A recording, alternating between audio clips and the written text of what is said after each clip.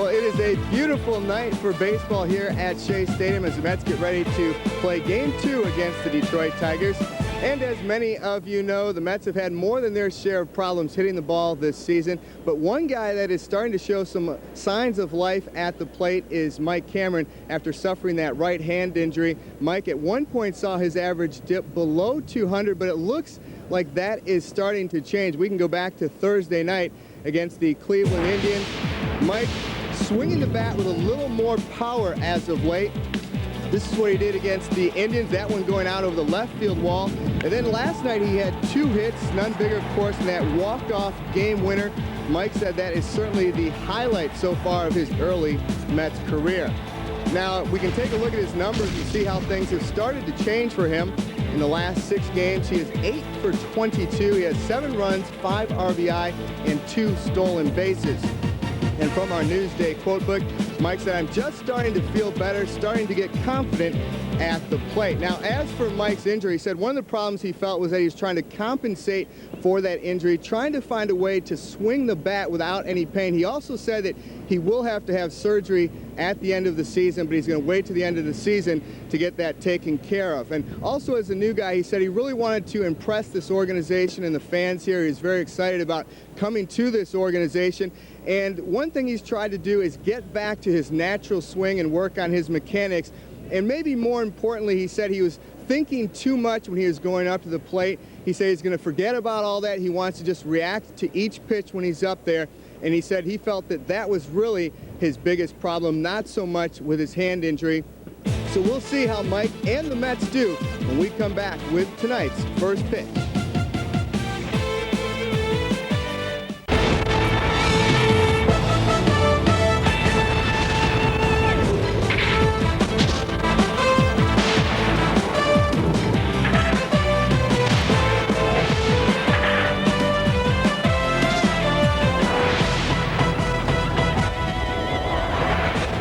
Tonight on the WB11, the New York Mets are on the air, and this evening the Mets look to go 4-1 on this 9-game homestand after last night's dramatic walk-off home run in the bottom of the ninth by Mike Cameron.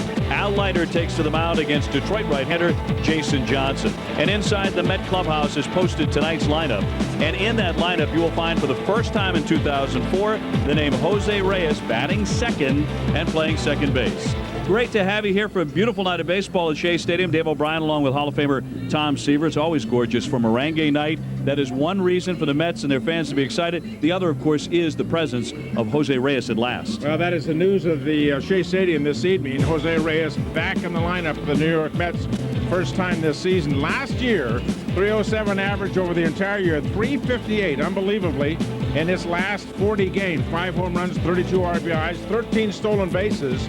In the 69 games that he played overall, he had 307. He hit 4 triples last year and stole 13 bases. This is a guy that brings a wealth of talent to the field, offensively, defensively, speed-wise, etc.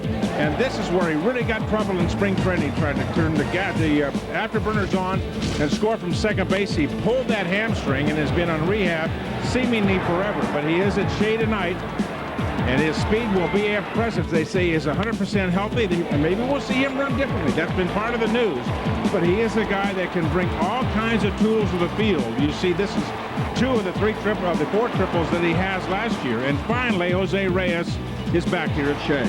He is back. He says that he's feeling well. And, of course, as Tom mentioned, a change in the running style, and it's a little more upright, more sprinter-like than when we saw him last year. He was bent over a little bit. That led to some of those problems with the hamstrings and, in turn, the back injury. Jose Reyes says he is ready to go tonight. Very excited to be in that lineup. We caught up with him as he arrived at the ballpark. I feel better like I feel like months ago. I feel like I can play and do everything I can do.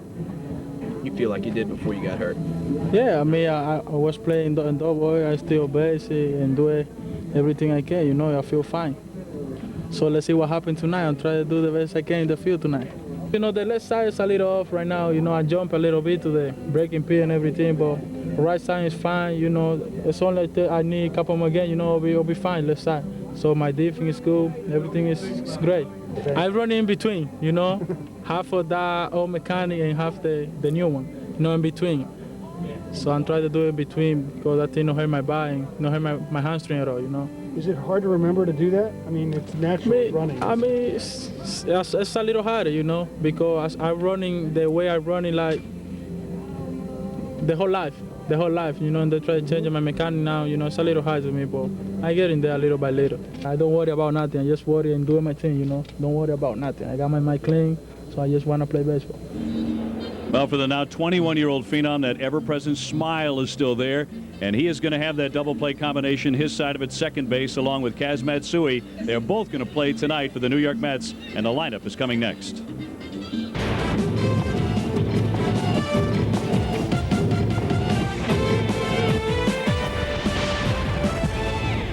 Back to Shea Stadium, your local Jeep dealers bring our Spanish viewers the chance to enjoy tonight's telecast in Espanol with Billy and Juan, who do a terrific job. Good to have you along, and great to see this. Jose Reyes is going out to take up his position in a major league uniform alongside Kaz Matsui, who'll be at shortstop, the other part of that double play combination. And of course, we have been led to believe all season long that we were going to see this on a daily basis, and finally we get a chance to see Matsui and Reyes play together as the double play combination 3 weeks into June, and Al Leiter hopes to be the beneficiary of that. Leiter coming in 2-2. The starting lineup brought to you by your Tri-State Quality Ford store. Alex Sanchez in center for Detroit. Carlos Guillen at short. Pudge Rodriguez, he has hit in 15 in a row. He bats out of the 3-hole. Dimitri Young at first. Then it's Rondell White, Bobby Higginson, Brandon Inge, Omar Infante at second, and Jason Johnson is the pitcher, batting ninth. Leiter with an ERA of 2.05. He doesn't have but one win to show for it, but Leiter has been just about unhittable, Tom, in the month of June. Well, he had a little bit of injury problems early in the season, and he was actually pitching well before that, and then coming back after that and being just as effective. And inning pitched and hit ratio very good. 57 innings pitched, 38 hits, and 31 walks to go with that 38 base hits. But his hits to innings pitched ratio is very, very good. Making his 11th start, both right-handers and left-handers hitting under 200 against him. And one of the fine numbers that he has when you look deep into it, the leadoff hitters, he has retired 70% of those that come up there and face him leading off an inning. Let's take a look at the defense, brought to you by our local Lincoln Mercury dealers for the Mets. In the outfield, Cliff Floyd, Mike Cameron, and Richard Hidalgo. Left to right, Wigginton, Matsui on the left side. Jose Reyes back at Shea Stadium at second base. And Eric Verlem to start at first base tonight. And Jason Phillips goes back behind home plate and does the catching. It is a lovely night here at the ballpark. 78 degrees. The humidity is ebbing away. Clear skies, the forecast for tonight. Bit of a breeze out of the northwest at 15 miles per hour. And tomorrow's supposed to be even better. Slightly cooler as Alex Sanchez digs in, the center fielder. Al Leiter in the month of June with an ERA of 1.02 with a 1-0 record this month. They're in on the corner. Sanchez is a brilliant bunter. And the first pitch to him is a strike on the corner. Wigginton at third and Valent at first base tonight as they move in to guard against the bunt. Sanchez lets that one go, and it's 1 ball and 1 strike. He's hitting .333. So there's Al Leiter in the month of June with a 102. Only Carl Pavano is better in the National League. He's really turned into Florida's #1 pitcher. They thought they were going to lose Josh Beckett for a while with a muscle pull in his back, but he's going to gut his way through it. He says he will not miss a start. He will not go on a DL, at least not now. Swung on and missed by Sanchez. And the count moves to 2-2 on the Tigers leadoff man. And that's the slider from Leiter, not the cutter. Leiter a little bit bigger break. Lobbed into left field for a base hit. Good job of getting the bat on it by Sanchez on an 86-mile-an-hour pitch. And he has himself a base hit with him. Very good speed for Detroit. 2-2 pitch up and out over the plate. And just the swing to left field. That's the easiest pitch for a left-hander to hit. From the left-hander up and out over the plate. The shortest swing. You can wait the longest. Just put it in play. And that's exactly what Sanchez did. So a leadoff single for Detroit. Carlos Guillen at 321 with 10 homers, 45 RBIs. After him, Pudge Rodriguez, who's hitting near 360. So this is a vastly improved offensive team from the one that lost 119 games last year and posted one of the worst campaigns in Major League history. This Tigers club. They can score some runs, and he's a big reason why. Pudge with 47 runs batted in. This is a ball club that leads the major leagues in base hits, and what are they, third in runs scored, etc. I mean, it's a totally different kind of ball club. And that man behind home plate you were talking about, Pudge Rodriguez, has made a huge difference with the pitching staff. As he did with Florida last year. The pitch a little bit low on Guillen. Guillen's been a good bat lately. 0 for 1 last night in a pinch hitting capacity, but batting .340 in his last 41 games, and he's driven in 30 runs. So as a number 2 guy, he can give you some power. He's hit the 10 homers.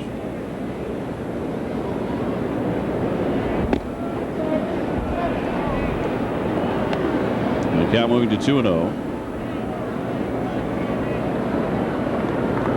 You know, one thing that the Tigers can also do is they can steal you a base at the top of their order. 2-0 on Ingier, 284 hitter. Sanchez with a short lead, but he gets back in. Rondell White, when he's healthy, he can run a little bit. Pudge can also run and is a very good hit and run guy.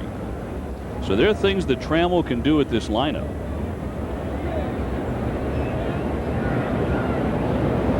The pitch from Leiter misses inside. All you have to do is watch Brandon Innes take the ball, and you can tell that these clubs have been scouting Al Leiter. I mean, the information that they can get, coaches can get, and hitters can get is off the charts now. And it's not really videotape. It's all those things that go on computers, and they ring it right up, and they can say, all right, Leiter's going to throw that cutter in off the plate, in off the plate, in off the plate. And make sure he does not break your bat. There's one right on the inside corner right there.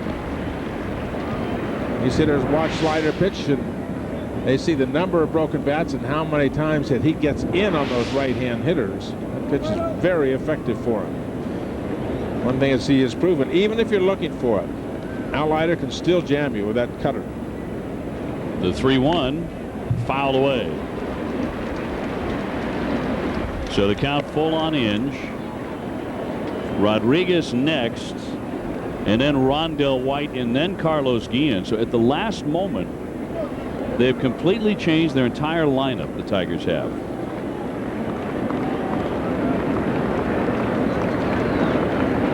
Inge was initially going to hit 7th in their lineup. Now he's batting 2nd. Fouls that one away. Carlos Phenia is in the lineup at first base, and Dimitri Young is not. He's been taken out.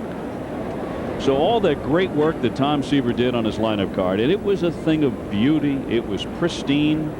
The handwriting was exquisite. I mean, it was just a sensational looking lineup card. Tom, can you tell me I'm upset about it? Right in the circular file, my man. That is high for ball 4 on Inge. I'm following your lead on this one, all right? Whatever you tell me. When you started changing all that stuff, as soon as you got by Rodriguez, you lost him. You lost him. Well, still on Pudge here. He's hitting .358, 9 homers, 47 RBIs. Rondell White has moved up from 5 to 4. You do me a favor? Yes. Go down and talk to Mr. Trammell about that. I'd like to in no uncertain terms, to be quite honest with you. But he's a much better friend of yours than he is mine. So there's the lineup as it sits now. But that's not the one we were given, and not the one everyone else on press row was given just about 8 minutes ago. Do you want some more Kleenex, or do we? No. I got plenty over here. Done whining over here.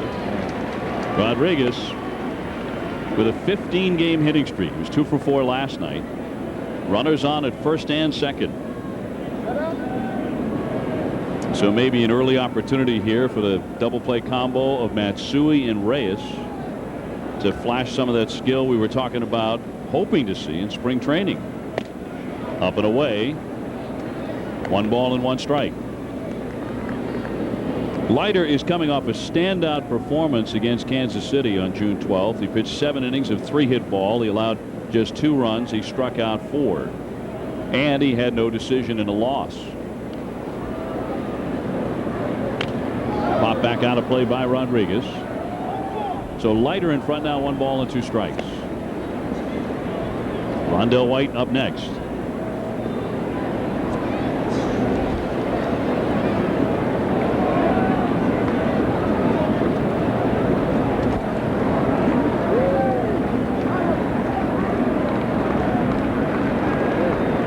Sanchez at second, Inge at first, and the 1-2 pitch about to be made to Pudge Rodriguez. And now he'll ask for time and step out, granted by the home plate ump Jim Wolf. Field and Culbreth, the umpire at first base, Tony Randazzo at second, and Tim McClellan at third tonight for Game 2 of this weekend series with Detroit. Nobody out, and the 1-2 will not be made. Rodriguez, you talk about his numbers, and one of the things you always look at if you're a starting pitcher, how much does an individual strike out? Rodriguez, 38 strikeouts this year, and almost 250 times to the plate. He has bounced into 7 double plays, even with decent speed. Well, that means you're hitting the ball sharply at somebody in the infield, obviously. And that is exactly what Al Leiter is looking for. Get that cutter hit on the ground to the left side. The 1-2. Got in on those thumbs, but he fought it off foul. Detroit last night, not very good with men in scoring position at all. They were 1 for 10. That's a good example of the cutter. You see the hitter trying to collapse so he can get to the ball. His boy looking on as he was here last night, too, to watch Dad pile up one after another in the hit streak column. 15 consecutive games. His last 18 games, Rodriguez is hitting .457. So you're talking about better than 3 weeks of hitting. Line shot left field, base hit. It drops in. Sanchez had to wait on it. He pulls up into third, and they're all loaded up here for Rondell White. So a rather ominous start for Al Leiter. A single, a walk, another single. And Little Pudge is delighted. Well, Al trying to get his feet on the ground. The same thing pretty much happened last night against Tom Glavine. He had trouble getting out of the first inning. Oh, it was a bounce to third. It was a great play by Zeal, and then back-to-back singles by the number 2 and 3 hitters. And they got a fielder's choice.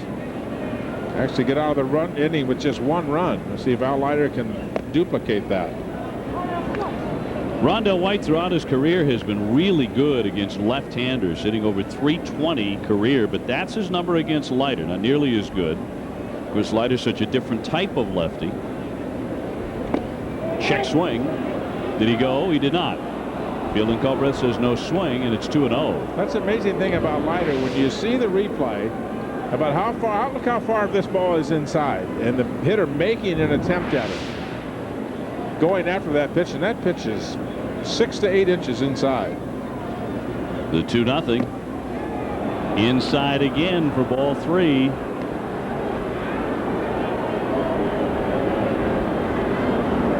That was pitch number 20 for Al Leiter already.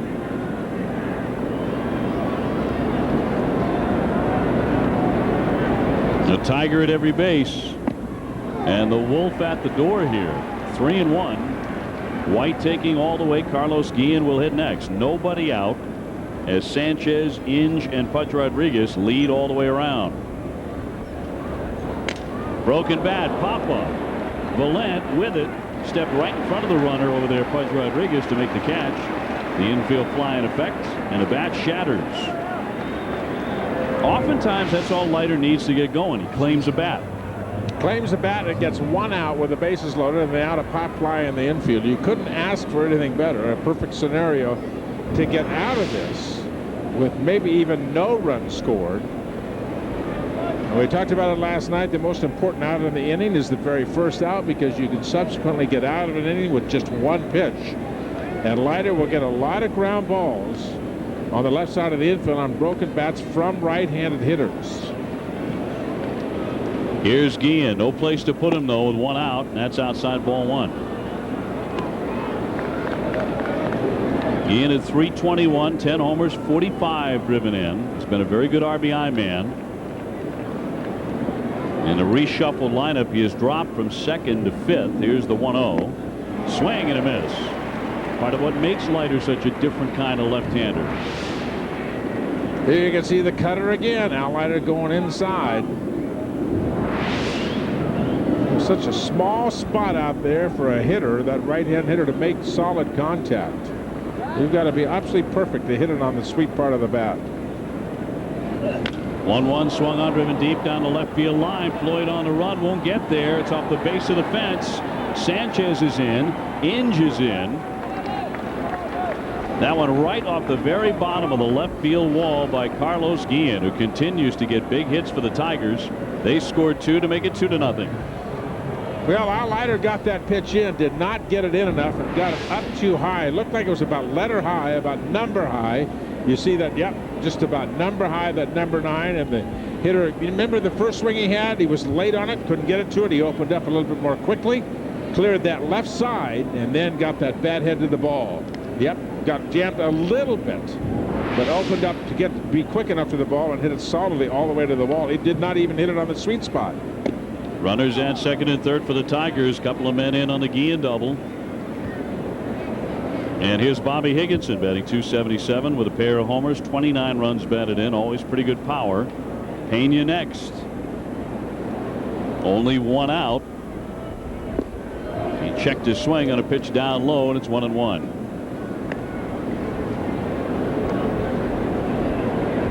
So Al Leiter giving up 2 runs quickly on 2 singles, a walk, and a double.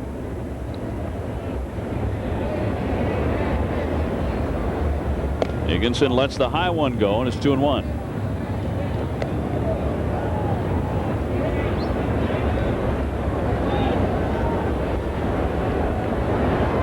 Leiter gave up 2 earned runs in his last start, but that was over 7 innings in Kansas City. The start before that, pitching into the 6th against the Marlins, he didn't give up any runs. And the start before that, he went 5 against the Phillies. That was his first outing off the DL, and he did not surrender a run of any kind. Well, we saw, last night we saw Tommy Glavine, and to me he looked very uncomfortable, did not have his best stuff. Just never seemed to find a rhythm or a tempo and be consistent with the pitches that have been his bread and butter pitches. He was smart enough to be able to pitch, keep his club in the ball game, help himself with the bat. Left himself in a position where he had a chance to win the ball game. Now still trying to find that one pitch where he can get back on track. 3-1. It's outside, ball 4. He's walked his second man in the inning, and the bases are reloaded here for the Tigers. So a real labor for Leiter. Peterson is coming out. Rick Peterson heading to the hill. Little conference here as Leiter is about to face his 7th batter in the top of the first inning. Well, he has been 50-50 on balls and strikes. 30 total, 15 strikes, 15 out of the strike zone. Rick Peterson looking for something. Maybe direction to home plate. Are you pulling off to the third base side? Is your shoulder rotation flat? Are you believe in yourself? Are you good enough? You get these guys out. Get your stuff in there. Come on, get us in the, that's the learning process that Rick Peterson has been going through all year. And this Detroit club is a club that he has seen a lot, obviously, coming from the American League. All right, so the base is jammed again. Here's Carlos Phenia. That's a guy Art Howe knows very well. Phenia came up through the Oakland A's organization when Art was the manager there. He swings the first pitch and fouls it away. Phenia at .227, 9 homers, 37 runs batted in. He was not going to be in tonight's lineup, but because Dmitri Young was lifted at the very last minute, and I think just moments before the first pitch, which might have been a residual effect from getting beamed last night. Remember, he got hit right on the ear flap by Ricky Bottalico. Although he stayed in the game, he completed the game. Up high for a ball, and Dmitri Young is also just off the disabled list because of a broken fibula, so it could be one or both of those things. In any event, the count 1 ball and 1 strike on Phenia.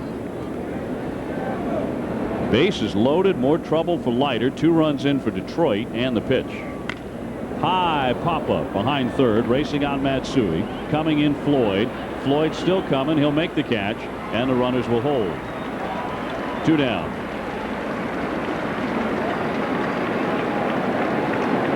So Phenia pops up into left field. Dimitri Young unable to go. This might be the reason why, going back to last night. We thought when it happened that maybe it had gone off the shoulder and then caromed into the helmet. Great replay right there to show that it did not. Great sound effect.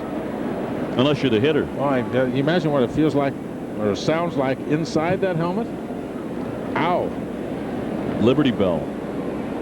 Your head inside the Liberty Bell. Here's Omar Infante, the number 8 hitter. Base is loaded. He takes outside ball 1. The Tigers coming into this series had been playing very well. They had won 3 consecutive series.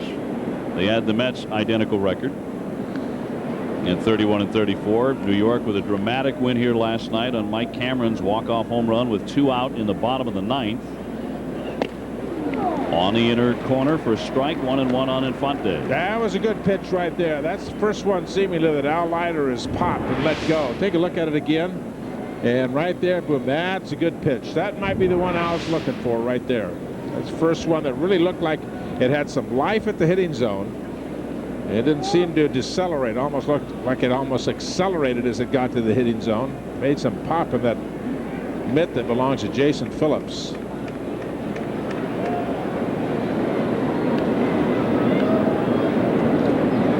They kick in the 1-1. A strike. Right around the belt. So he's in front on Infante. And another strike. That looked like the slider up top of the strike zone there.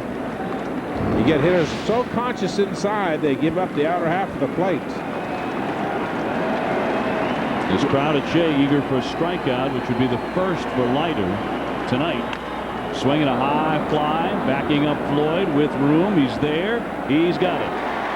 Leiter leaves him loaded, but 2 runs do score, and we're about to see Jose Reyes for the first time all season long in a big league uniform. Come on back, he'll hit second. The Mets invite you to play Win the Innings on Friday, July 2nd when the Amazons battle the Yankees. Stop by a nearby Lincoln Mercury dealer or pick up your copy of Newsday on Friday, July 2nd for your Win the Innings game card. Then on July 2nd, tune in to WB11 for the 7:10 game for your chance to win a 2004 Lincoln Aviator. Travel for 2 on Delta Airlines and great Mets prizes. For more information, log on to Mets.com. Well, the Mets have their number 7 in the lineup. The starters now brought to you by your Tri-State Quality Ford store. Kaz Matsui and then Jose Reyes go 1 and 2. Ty Wigginton, Cliff Floyd, Richard Hidalgo. After that, Mike Cameron in center field, the hero last night. Jason Phillips catching. It's a night off for Mike Piazza. Eric Valent gets the start at first base, and Leiter, the pitcher, batting 9th against Jason Johnson. 4 and 7 coming in. The right-hander tall, and he possesses a sharp curveball. Well, the most unusual characteristic about him is that Johnson is a diabetic, which was discovered by his mother, who's a nurse, when Jason was 11 years old. He wears an insulin pump when he's not pitching. He's pitching tonight at 6'6" and about to face Kaz Matsui. Kaz with 5 leadoff homers. That's the most in the majors. Looking to bunt, but he takes it high for ball 1.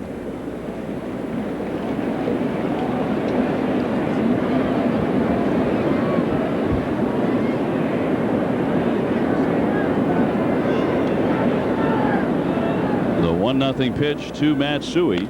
Swung on and popped up. That'll drift back out of play. We got a second here. We're looking at the defense for the Tigers, brought to you by your Lincoln Mercury dealers. In the outfield, White, Sanchez, and Higginson left to right. The infield engine, Guillen on the left, Infante and Phenia on the right side. And Pudge Rodriguez does the catching for Detroit here. The 1-1 to Kaz. It is up high for a ball. It's possible that Jason Johnson is wearing that insulin pump now when he pitches, as we look at Reyes on deck. Looks like a cell phone, but I believe that's it. Now, he did suffer a diabetic episode, a near seizure in spring training in February of 2003. Down in Florida, he had to be rushed off the field because of that diabetic episode. He wasn't wearing it at the time. And here in New York, that may be the case, and if that is, what that does is it feeds insulin into his right thigh.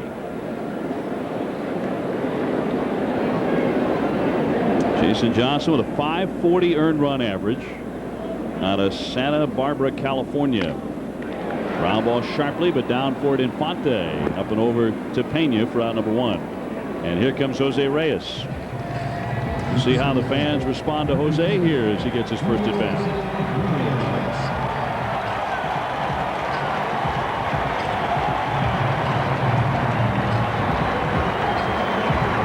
Well, a lot of smiles from the fans, that's for sure. Glad to have him back. Last year he hit .307 with 5 homers, 32 runs batted in. First pitch is high, ball 1. He turned 21 years old 8 days ago. And he has been through a lot this season as we see him for the first time finally suiting up after the hamstring and back injuries. And that story that seemingly would never end. The hamstring and the change in the running style the Mets wanted for him, leading to the back pain, which the Mets knew and they had been warned about. They knew that was going to happen. Not so severely it would shut him down, though. Here's the 2-0 pitch. A strike, 2-1. Well, this is the young man of immense talent. He has an absolute cannon for an arm. Great speed, great acceleration.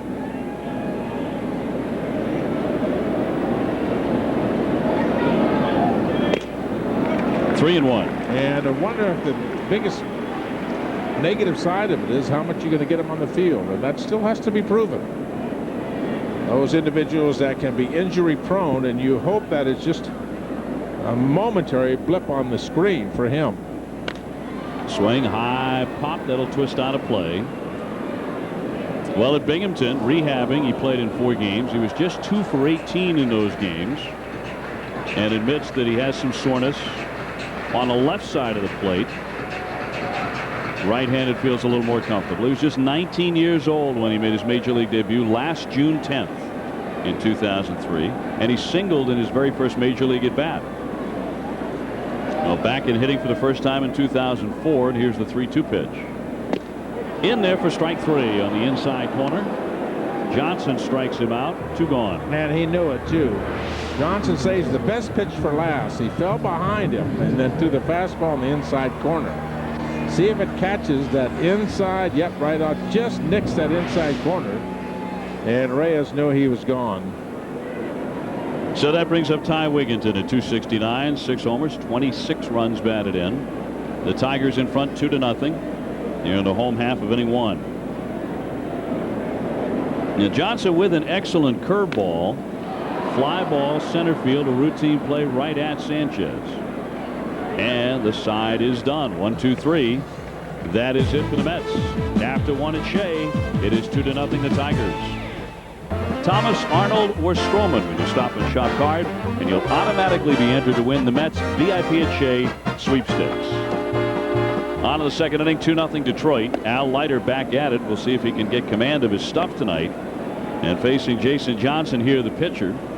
2 out of 19 as a hitter. And we talked about that diabetic episode, and indeed from that he is wearing that insulin pack while he pitches. He's gone to that recently. And what was especially frightening about that diabetic episode in 2002 was that it occurred just 2 days after Baltimore Orioles pitcher Steve Beckler, who was a former teammate, died of heat stroke.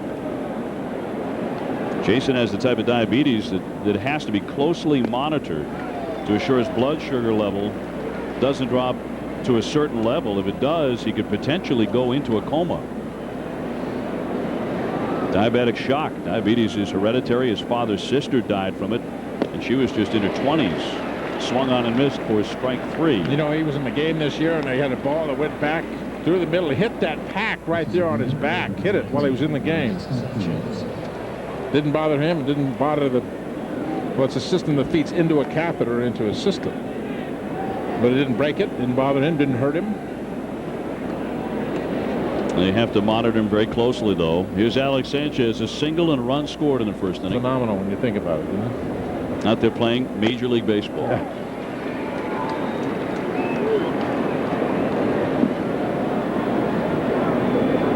You know, it's been done before. Bobby Clark of the Philadelphia Flyers. He was a diabetic, was able to play Reyes with his first play.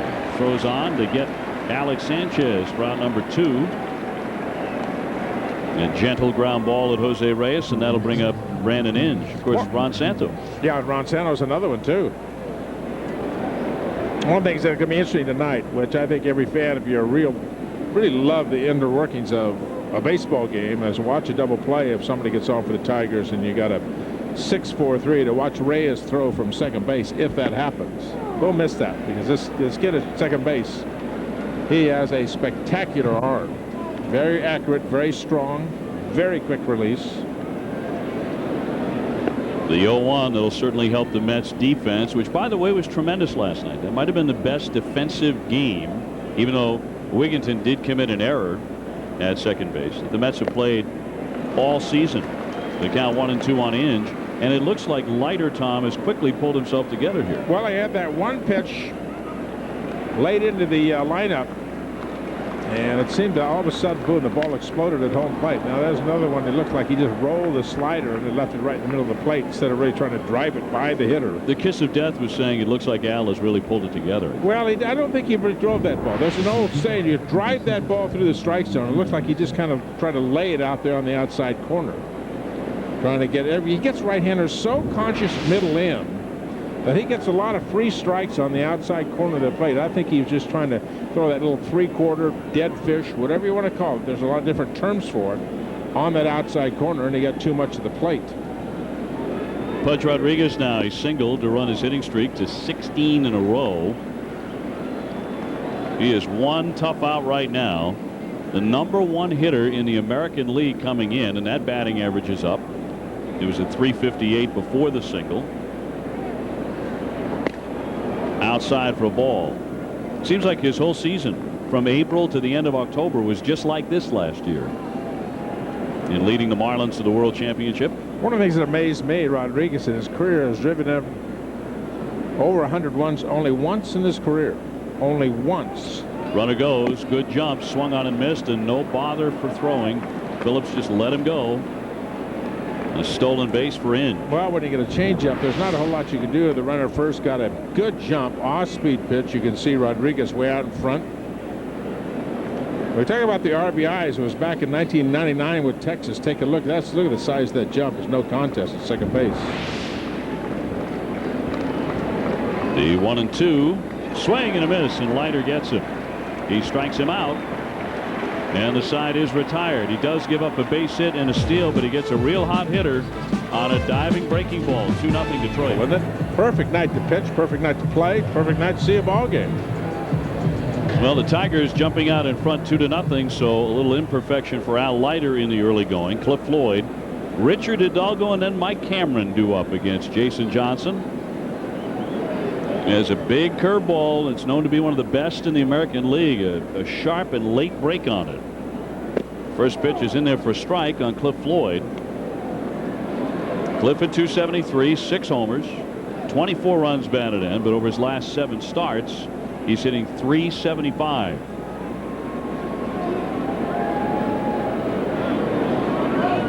Johnson, a lanky righty. Line drive, and that's going to squeak by Infante for a base hit. So Floyd with a single, the first Met hit tonight. Change up and a beauty, too. Actually, Floyd way out in front, hit it off the end of the bat, but a seeing eye dog between Infante and the first baseman. There's Cliff's number for bait, and this is a Rondell White broken bat. What does it say up there? With Cliff Floyd. Yep, that's his best friend in the whole world. Either good friends or we got a thief in the house, huh? No, I think that was a gift. It's certainly a Cliff Floyd model that Rondell swings and occasionally breaks. And here's Hidalgo as he takes one outside. I used to steal Willie Mays and Bobby Bonds bats in San Francisco. You stole? Yeah, they weren't gifts. You don't have any of those lying around, do you? No, I don't. I wish I did. I used them and broke them all. They were too big and too heavy. Not even one lying in the basement somewhere? I stole a Richie Allen, too. The 1-0, Hidalgo with a big sweeping miss. 1 ball and 1 strike. I stole a Richie Allen that was like swinging a wagon tongue. It's like this, trying to hit that high fastball with something that weighed about 45 ounces. the pitcher's delivered, you start swinging yesterday. Ruth had a telephone pole. Oh, man. Hidalgo hitting 251. 0 for 4 last night in his Met debut. 1 ball and 2 strikes on the swing and the foul tip. And it looked like a hittable pitch. Yeah, hanging slider right there. We like to have a bushel full of those. Those got to go a long way. Richard just pulling off it. Looked like he pulled his left side, head and everything off it. That was just a quintessential hanging slider right there. Swing popped him up center field. Sanchez comes in on it. Trotting in to make the catch for the out. And Floyd retreating to first. You know, one of the great things they have in Cooperstown, and I got to see they have a history of bats. Got bats that people use through the ages. From Babe Ruth, before Babe Ruth, Ty Cobb, etc. It's a great exhibition. Some of them were like, half a tree. And the handles, you look at bats today, guys like Mike Cameron, who homered last night, the game-winning drive with 2 out in the 9th. Very, very narrow, thin handles, but in Ruth's day, that was not the case. That's right. They have very changed through the ages, too. Mike at 210, 9 home runs, but all his batting averages and power numbers are on the way up. With a Mendoza line kind of batting average, he has not heard a lot of the cheers this season like he did last night with the game-winning walk-off solo shot, 2 out in the 9th inning.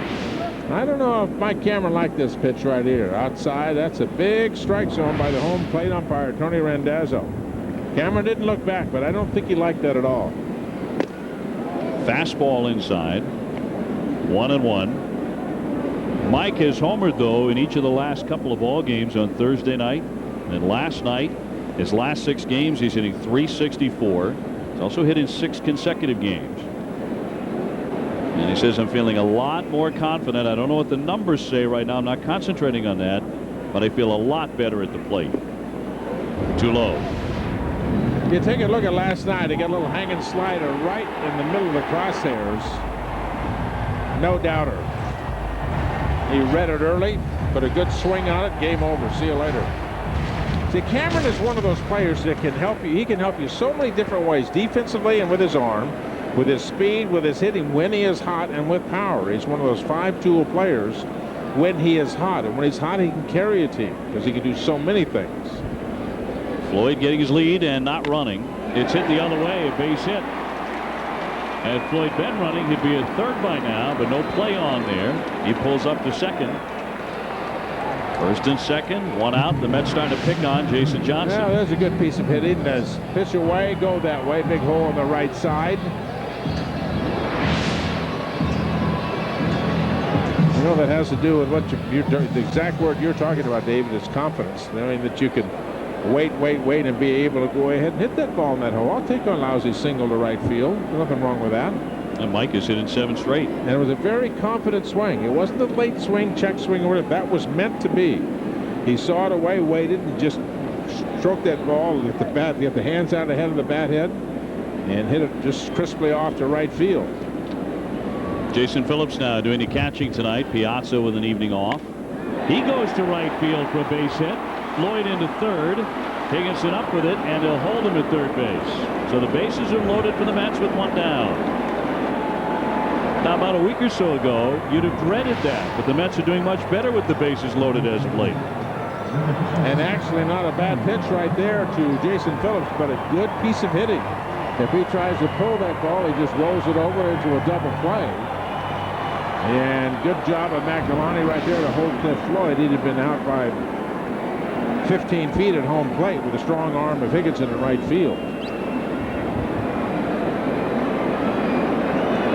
Well, here's Eric Valent, the new papa.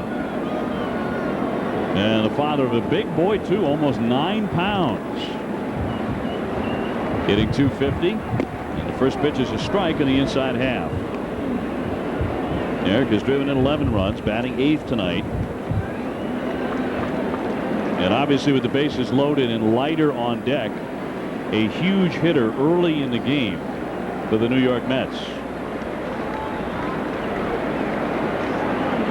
He's taking, and it's a strike on the outside corner. Johnson's made 2 good pitches. Yeah, he's made 2 great pitches. First pitch, you've never seen this pitcher before. He lays it right on the inside corner. Then he throws you a 2-seam fastball, running away from you, and puts it right on the black on the outside. The Met at every base, 1 down. The other way, chop back in and throw home. What a play! Bobbled, and he's safe at the plate. Floyd scores. What a play by Inge just to get off the throw, but Pudge Rodriguez, of all people, could not handle the chance, and the run is in. The Mets are on the board to make it 2-1. Actually, the first baseman is trying to force the issue here, trying to get a double play, I believe, because he had plenty of time. He actually made the right play to throw home. But short hop Rodriguez at home plate with the pitcher in the on-deck circle and 1 out of the inning. All he had to do was make sure to get 1 out at home to pretty much be safely out of the inning. Leiter showing bunt here with 1 down. Now pulling it back, puts it in play. Guillen to second, 1 on the first stretch. He got him. Double play. They turn 2, 6, 4, 3. So the Mets will have to settle for the 1 run. Although Leiter got his bat on it. Floyd scores, and it's a 1-run game at Shea. It's 2-1 as we go to the top half of the 3rd inning, and Al Leiter will be facing 4, 5, and 6 here against the Tigers. Leiter just hitting into a double play. The crowd got excited when Leiter got Wood on it and knocked it to shortstop, but right into an inning-ending double play. So the Mets will have to settle for 1 run. Floyd barreling home, and right into Pudge Rodriguez, who could not handle the throw, bobbled at the plate. Although the error has to be charged to Inge, the 3rd baseman, for the low throw. You expect Pudge Rodriguez, 10-time Gold Glover, to gobble that up and make the play. Rondell White 0 for 1. He's popped up. Of course, the other factor is Rodriguez is blocking the plate before the throw gets there. And that really could have been gruesome. The size of Cliff Floyd at 6'4", 240, 245 pounds. The catcher has no right to block the plate before the throw gets there. He can once the throw is in his glove if he's there with that ball before the runner gets to the plate. But it is not legal simply to sit there on top of the plate and block it. You can't do that. It's legal to knock him out of that position, though. Oh, yeah. By the base runner. That's your point. Absolutely. And there's a gray area there where you can block home plate because you say, well, the ball is coming, and yes, you push the runner off and tag it. But every catcher that does that, you run the risk of getting plowed at home base. Look at that throw way in advance. I'm not all sure Pudge Rodriguez was playing for a force out or a tag out at home plate. To me, again, the 3rd baseman should have put his feet on the ground and thrown a good strike to home plate. When you get Al Leiter in the on-deck circle and you got a 2-run ball game, is to make sure you get 1 out. The 2-2 to White, smoked up the middle for a base hit. He's 1 for 2. And when you watch that play on the replay, you saw Pudge sitting there waiting for the throw. What a great throw. It did bounce, but all he has to do is handle it, and he's got an out. Yep. And they're going to charge Pudge Rodriguez with the error. Yeah, that's probably right. Does our camera see him up? No, I don't think he went down until he saw the ball was going to go down. I think he went down as he knew the ball was going to hop to home plate. He still has to make that play. That ball's got to be made. All he has is just a force out at home plate. Yep. Yeah, and I think that's a correct call, too. He has been charged with the error. Here's Guillen. He swings and misses that one. White will be held at first base. 2-1 Detroit. They've out hit the Mets 5-3 in the early going. A set cutter or slider out of the strike zone. Right-hand hitter trying to catch up with it. Rodriguez, that's his 4th error of the year is all. Guillen swinging a good bat. He's also been mastering the most exciting play in baseball, and one we hope to see frequently from Jose Reyes now that he is back in the lineup. The triple. Guillen leads all major league shortstops with 7 triples. You mentioned this at the top of the show. Jose Reyes had only 4 triples last year. It felt like he had about 19. Yeah, didn't it? That's 4 triples in 69 games. Also a 17-game hitting streak for him. He hit .358 the last 40 games of the season and set a Mets rookie record for hits in a month as he had 39 hits in August. He really started to heat up. The 1-1 pitch and drifted away. Here's a look at the speed of Jose Reyes last year, circa 2003, one of his triples. Boy, that was a great piece of swing right there. A little off-speed pitch, and he's going the other way. And it's almost like he can put on the afterburners anytime that he wants. And there, the deadly head first slide. As valuable as a player could be, you might want to go down and put handcuffs on him when he leaves the batting box. Yeah, you use the term afterburners. Are we going to see those afterburners burn as brightly as they did a year ago? Yeah. With the new running style. Will it slow him down? Swung on and missed by Guillen. All questions we don't have an answer to yet. And another pitch out of the strike zone. Guillen has swung twice. Both of them have been out of the strike zone. Very conscious of that cutter. Hitters have seen it once already. Getting another look. Well, they start early because they don't want that thing to jam them. So Al Leiter get them swinging early at pitches out of the strike zone. Rondell White back in. He was an all-star with the Padres last year. Hit 18 home runs in 115 games for San Diego. Then late in August, they traded him to Kansas City. He's always had above average speed, but it's just been a devil of a time for Rondell White to stay on the active list. He's been injured over and over and over again. Are we talking about Rondell White or Cliff Floyd? Jose Reyes? Well, Jose That's Reyes. what you don't want. That's the Achilles heel right now. And the biggest question mark about Jose Reyes is that going to be something that's going to jump up and bite him in the rear end every year? Keep him off the field for 30 or 50 games. Or on the hamstring. That's the worst case scenario you could ask for. There's a kid right there. You want him in the lineup 150 times. Want to see him with 550 to 600 at-bats. That's why that hit first slide's got to go. You know, you break a finger, you change your entire concept of an approach to the game. Swung on and missed. He got him again, and once more it looked like a non-strike. Carlos Guillen 3 times he swung the bat. I don't think one of them was in the strike zone, and I think this was the worst one. But you got to protect. If you're facing out Leiter, you got to protect against that cutter. You just got to start early before you can really judge whether the pitch is even going to be a strike. And in the first inning, the Tigers did a good job of coming out and taking pitches and making Al Leiter establish that he would throw strikes. And the result, he threw 37 pitches in the first inning. Ground ball, first base. Valent handles it to second one. Matsui back to first, threw it away, but it did not bounce into the stands. So no double play. Rondell White erased at second base. Matsui with a wild throw, but no error. Valent right in the base pass, gets a good throw to Matsui, and a bad communication here between Leiter. No, just a bad throw by Matsui. That ball kicks up. That would have been Matsui's 15th error of the year. Both these clubs will make some errors. The Mets, 59 errors they have made. How about the Detroit Tigers? 59 errors that they have made as well. Defensively, these are not two good defensive, and I mean TWO, good defensive teams. Carlos Phenia flied to left his first trip, 0 for 1. Got the word just moments before the first pitch that he was going to be in the lineup. In there for Dimitri Young. First pitch swung on line drive, base hit into right. Higginson moves up and into second. A 2-out single for Carlos Phenia. We did get word on Dimitri Young, by the way, that indeed he was suffering from dizziness from last night's beating. First pitch, a little single to right field, keeps the inning alive. He is just, I mean, he is in constant emotion and motion. Unfortunately, it's a face he's been using a lot as you look at Dimitri Young out of the lineup tonight.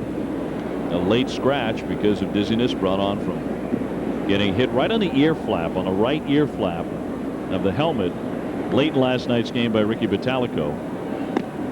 Obviously unintentionally, because the score was tied 2-2. It was an 0-2 pitch. It was one that just got away from Ricky. And Ricky's an old-time pitcher. Has an old understanding of baseball about throwing inside, off the plate inside, push the hitter back. You know, Dimitri Young knew it. Former National Leaguer, understood that completely. 2 on and 2 out, and Leiter's pitch bounces to the plate, knocked down by Phillips, and the runners will freeze. Jason got a little bit lucky. That one kind of clung to his body. This one a 55-footer, and we're up to 68 pitches so far for Al Leiter in the 3rd inning. We have seen the 2 ace left-handers, Glavin last night and Leiter tonight. Both of them have been struggling. But as we talked about last night, you find a way. You find a way to eke yourself out of it. And have a chance to get your club to the 5th or 6th inning. So this out, a big out. Leiter's walked 2. He's given up 6 hits already. Only 1 for extra bases. Infante 0 for 1. He's flying to left. And we saw that Leiter grimace moments ago on the single by Phenia. He's been flashing that look a lot tonight.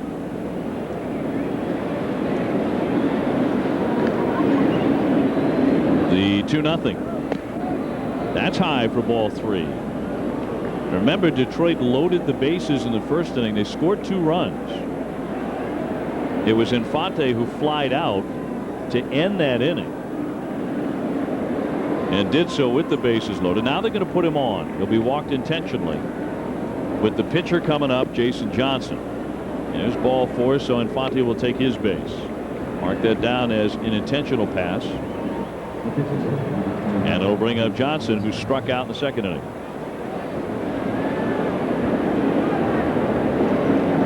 Two to 1 Detroit here in the 3rd.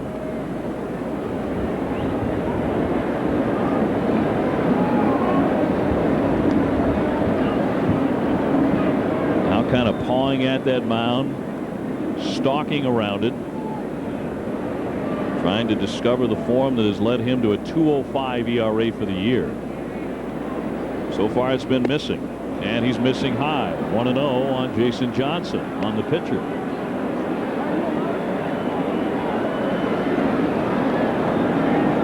Another long inning for the left-hander from Toms River, New Jersey. Nobody working in the pen, though. 2-0.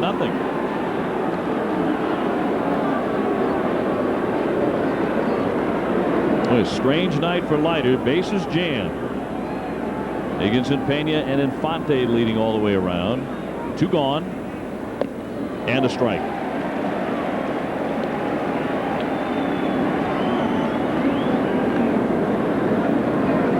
'73 pitches so far for Al Leiter. Swing and a high pop up behind 3rd. Matsui, Wigginton, and Floyd there. Kaz makes the catch in fair ground. And for the 2nd time in 3 innings, the Tigers load the bases and leave them loaded. Another look at Jose Reyes. He has returned to the lineup. Reproduced or retransmitted in any form. The accounts and descriptions of this game may not be disseminated without the express written consent of Sterling Mets. Tom Seaver, Dave O'Brien with you from Shea Stadium. Jason Johnson, a right-hander, 30 years old, from Santa Barbara, California. As we came on the air tonight, we were talking about his medical history and the unusual characteristic that he brings into every start that he makes. He is a diabetic, discovered when he was 11 years old. Young man wearing an insulin pump on his belt, something he's recently started doing during games. He used to wear it only when he was not pitching. But he suffered a diabetic seizure in February a year ago while in spring training. Here's Kaz Matsui. He's 0 for 1 with a ground out to 2nd. Then Jose Reyes, and then Ty Wigginton. Kaz, first ball swinging, pops it up. And Guillen, the shortstop, is into the outfield to make the catch for out number 1. So here's Jose. He struck out looking in the 1st inning. Jose appeared in just 69 games last summer, but the young man from the Dominican Republic electrified the Mets. He hit .307, and he finished 2nd among National League rookies in batting average and stolen bases. A strike as he bluffed the bunt.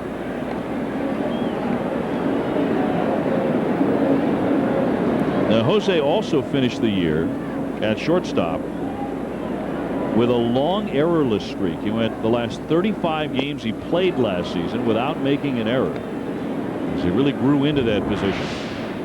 Big swing at the off-speed pitch, way out in front, ball out of the strike zone. He's one of those players, David, that you come to see for defense and offense both. He has a spectacular arm. Puts it in play, a soft roller. Phenia will tag him out, and Jose is 0 for 2. If Jose Reyes is in the ballpark, what you want, and we already, great job in the truck of the guys having that triple down that left field line. You want to see him run from first and third. And that is, it's absolutely takes your breath away. And the range that he has at shortstop and the arm that he has from the hole at shortstop, phenomenal. So far tonight, he has yet to get on in his return, and here's Ty Wigginton, 0 for 1 with a fly to center. Now, Ty last night was 1 for 4. He should have been 3 for 4, if not for 2 terrific plays at third base on shots that he hit. One in the 7th, another in the 9th inning. He was denied.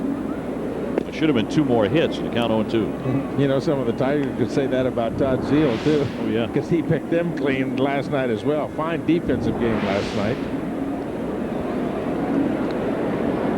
Wigginton back at third base now that Reyes is entrenched at second.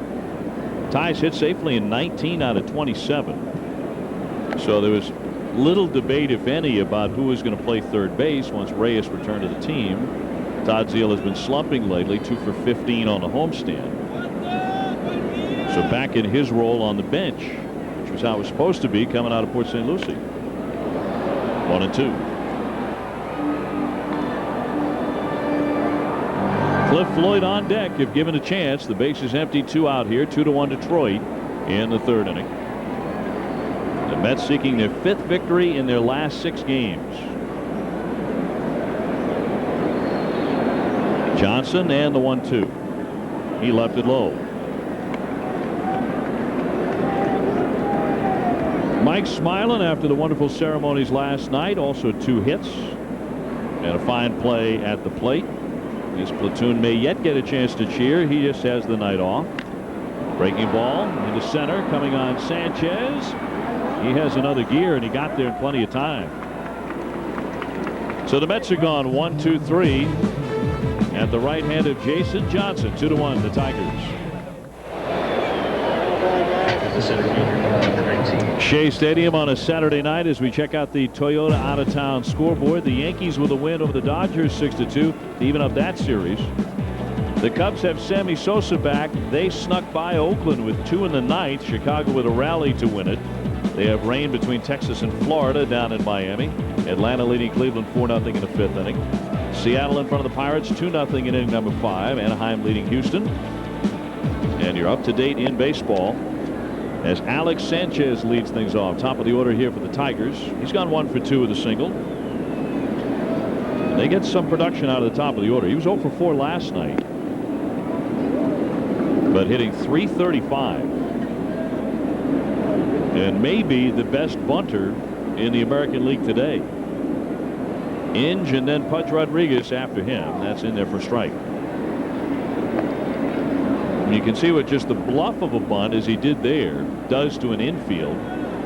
Valent and Wigginton were already playing in close to guard against it, but they're on the move, darting toward the plate. Leiter has to guard against it as well. Phillips coming up out of the crouch. I thought Mike Piazza made the defensive play of the night last night. There was a whole array of great defensive plays by the Mets, and we haven't said that very often this year. But Mike pouncing out from behind that plate on a Sanchez bunt with runners on the corners late in the game and only 1 out, and tagging out Sanchez. Leiter spears it and throws out Alex Sanchez for the first out in the 4th inning. So 1 gone and Brandon Inge to step in. Al Leiter must be watching Tom Glavine pitch. Watch this, like a cat on the mound, moving around. I got it. I'll take care of that. A couple pepper games in spring training, and we'll hit the ball back through the middle. Pays tremendous rewards during the season. Here's Brandon Inge. He has walked and scored, singled and stolen a base.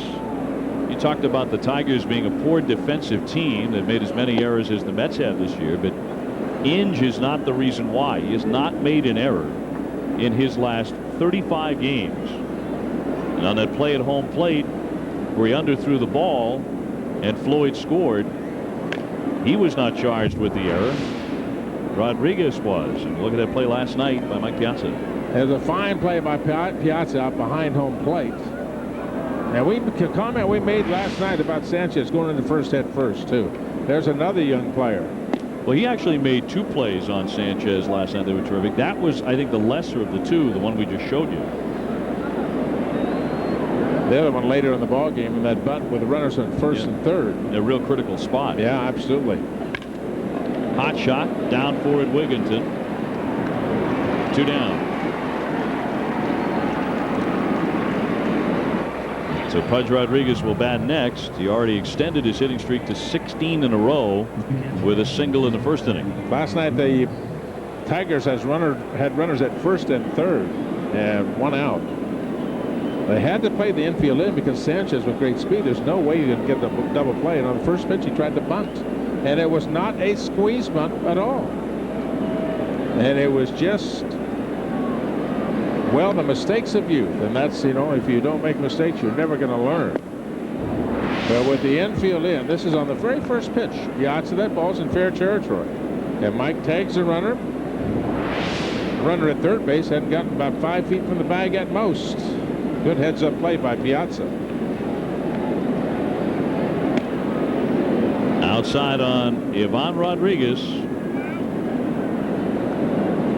It was a base hit tonight. He's also struck out. You go back over his last 18 games before the single tonight. 32 for 70 for Pudge. 457 clip.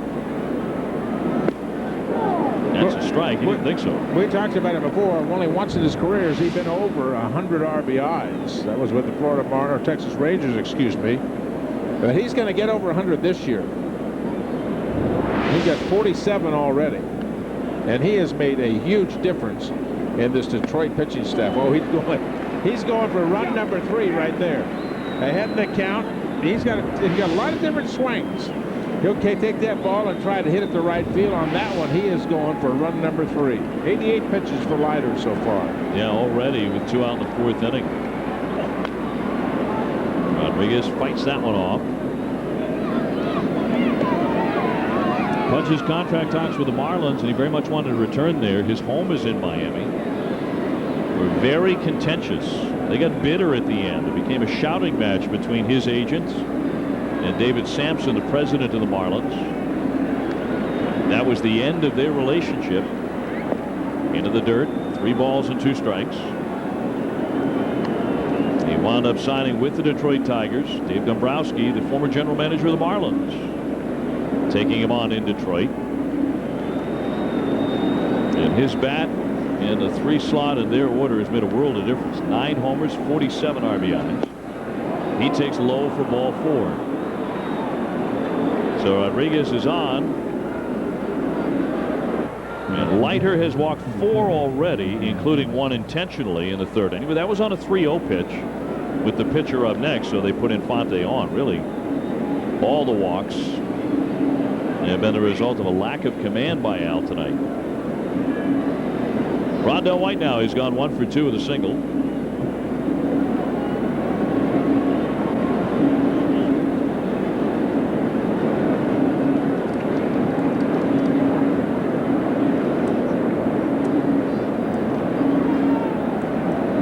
Pudge will steal you a base on occasion, more than occasionally, in fact, as Belen holds him.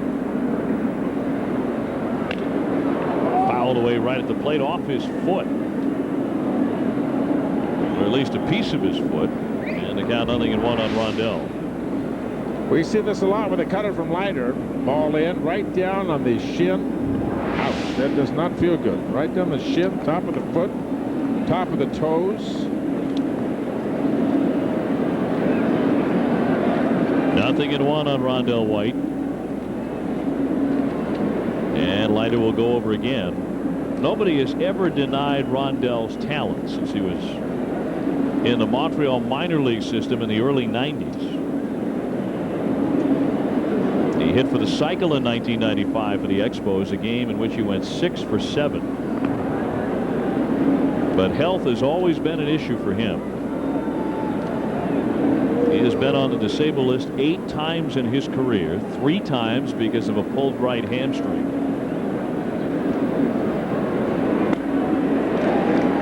Nothing at 2 on him. That's a great picture of the Al Leiter cutter right there. There's a pitch that hitter says, well, that ball's going to be right down Broadway, right out over the plate. And all of a sudden, you just have to collapse everything. You can see Rondell White bringing his arms back in toward his body. That cutter right at the belt buckle. Tried it again. This time White stayed off it. 1 ball, 2 strikes. Carlos Guillen to hit next. But there are 2 out. The Tigers in front 2-1. They got both of those right away off of Leiter, who has labored all night. He's got it picked off. Pudge Rodriguez. The throw by Valent. Will he get there? No! Rodriguez got there first, and he has it stolen. They had the runner at second base. Nobody got to the bag. And that's communication between Matsui and Reyes, and it looks like Matsui was in charge. Valent did the right job, get rid of the ball, but Matsui was late getting to the bag. So a stolen base with 2 strikes for Pudge Rodriguez. Rondell White pops it up short center. Out goes Reyes. Cameron coming in. Mike Cameron puts it away to end the inning. We'll be back at Shea in just a moment as the Mets come up to swing. Well, we got game number 2 of the series shaking out here at Shea. It is 2-1 the Tigers. Tom Seaver, Dave O'Brien with you as we go to the last half of the 4th inning. And it'll be Cliff Floyd with a base hit and a run scored in the 2nd inning, leading off. Richard Hidalgo still bidding for his first Met hit will follow, and then Mike Cameron.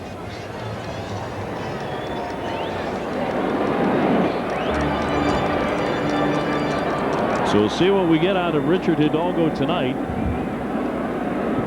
as he was hitless last night and is fly to center. Cliff Floyd will get the inning going against Jason Johnson. 2 runs on 6 hits for the Tigers, 1 run on 3 hits for the Mets.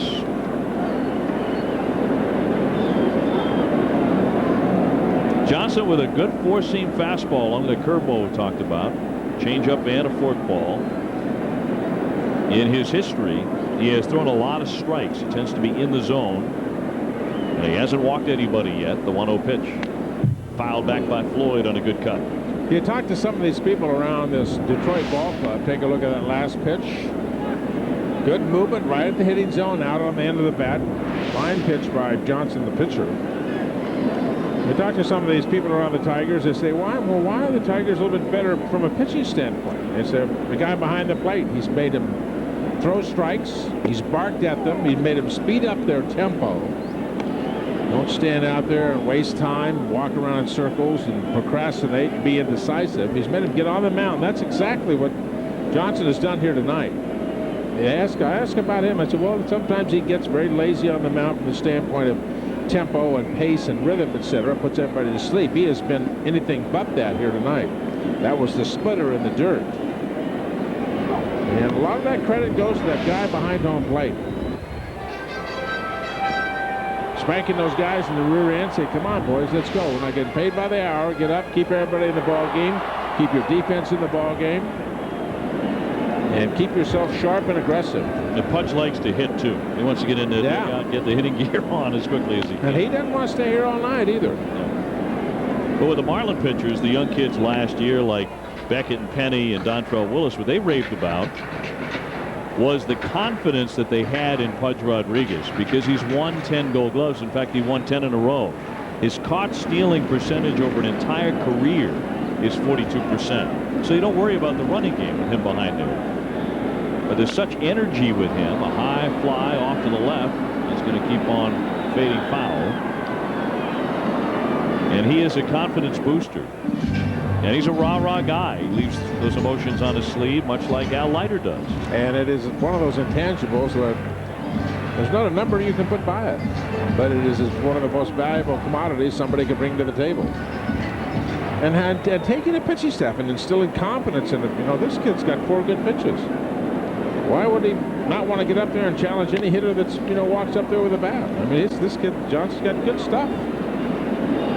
Pudge, maybe he's the one to listen. You can pitch against anybody, but you can't pitch against anybody if you don't believe you can. So just believe in yourself. Believe in me. I'll take you down that old Primrose Lane. Come on, let's go. Well, and clearly Jason Johnson, who is 30 years old, and he's facing kind of last stand time. He's got to put it up pretty soon. Last year, he faced a confidence crisis with the Orioles. He started the year 10-5, but then he lost his last 5 decisions, 0-5 down the stretch, an ERA over 6. And then Baltimore declined to offer him a contract for 2004.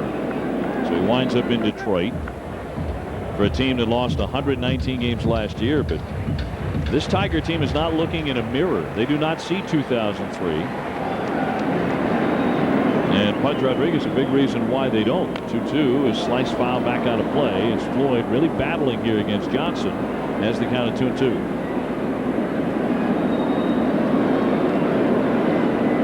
This will be the 10th pitch of the at-bat coming up for Cliff. Floyd last night 0 for 1 as a pinch hitter. He's nursing a bit of a sore right elbow.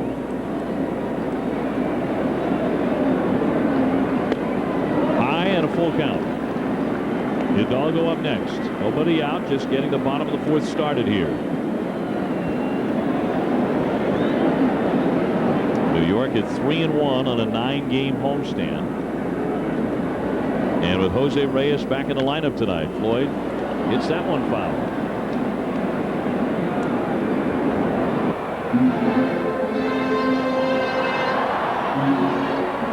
So an opportunity for the Mets to be genuinely hopeful with Reyes' return and the addition of Hidalgo. If he can recapture his form even of last year, talking about Hidalgo, and be the kind of hitter who could drive in 100 runs potentially. Swung on and missed by Floyd. Pull the string here, it looked like on 3-2. Some sort of off-speed pitch, slow curveball, change-up. See if we can see the grip coming out of the glove. Breaking ball. Yep, curveball and a nasty one. Either on or just off that inside corner. They had a good pitch. That was a good battle. About 11 pitches in that battle between Floyd and Johnson. And 12 altogether. Wow. That was a big out, too. 1-run ball game. 4th inning, middle of the lineup. Get that leadoff hitter on. Richard Hidalgo 0 for 1, a little late arriving yesterday as he was caught in traffic. Like so many of us. Mike Piazza, too. Mike was a little late to his press conference yesterday before Mike Piazza night because of it. A little check swing bloop towards center, but that'll be caught by Guillen. The shortstop plucks it for out number 2. So Hidalgo 0 for 6 now in his Met career. Little check swing on the breaking ball. This Detroit club have made 59 errors so far this year. There's 60 now they have in the game earlier. But they have been somewhat impressive defensive. They're covering a lot of ground. You notice that? The last couple of days, we haven't seen the Tigers. Nice things about interleague play, but I am surprised that ball in center field lasted. And that center fielder Sanchez went a long way for the ball. The ball's in right field last night down that line. They made that ball look easy. They also made a lot of errors early in the season in April, where it's not exactly 78 and balmy and breezy in Detroit. And it's not just the errors; it's the amount of ground that they're covering at each position too. That's a big issue. Trammels team undoubtedly better defensively over the last month or 6 weeks. They made a lot of nice plays the first 2 games of this series. Cameron tried to hold up, but he committed. That's a strike, and it's 1-2 on Mike Cameron. On the breaking ball, fooled. Cameron reached fastball. Whoop. Good late breaking curveball right there. Another good-looking pitch from Jason Johnson.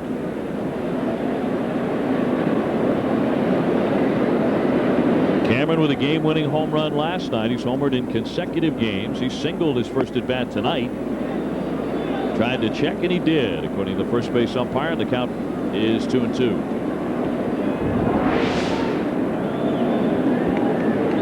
Got that two-seamer coming in off the plate. Sometimes catchers will ask that home plate umpire to ask too often.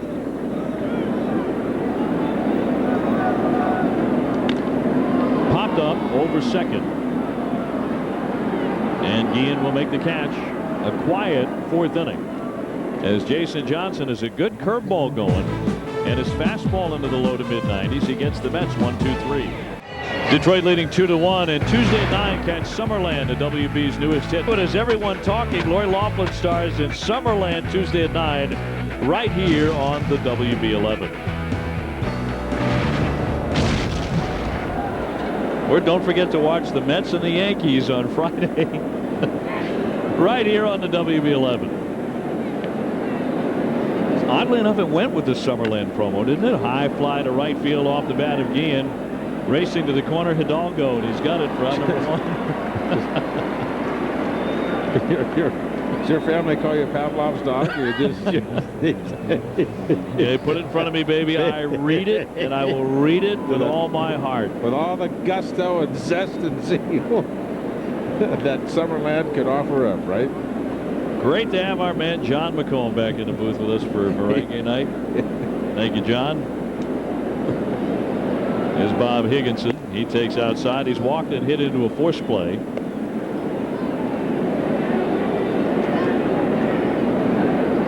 The Tigers with a 2-1 lead here in the 5th inning. They got them both in the 1st inning. The Mets scored their lone run in the 2nd inning. I thought that was nicely done, though, because there was no hesitation.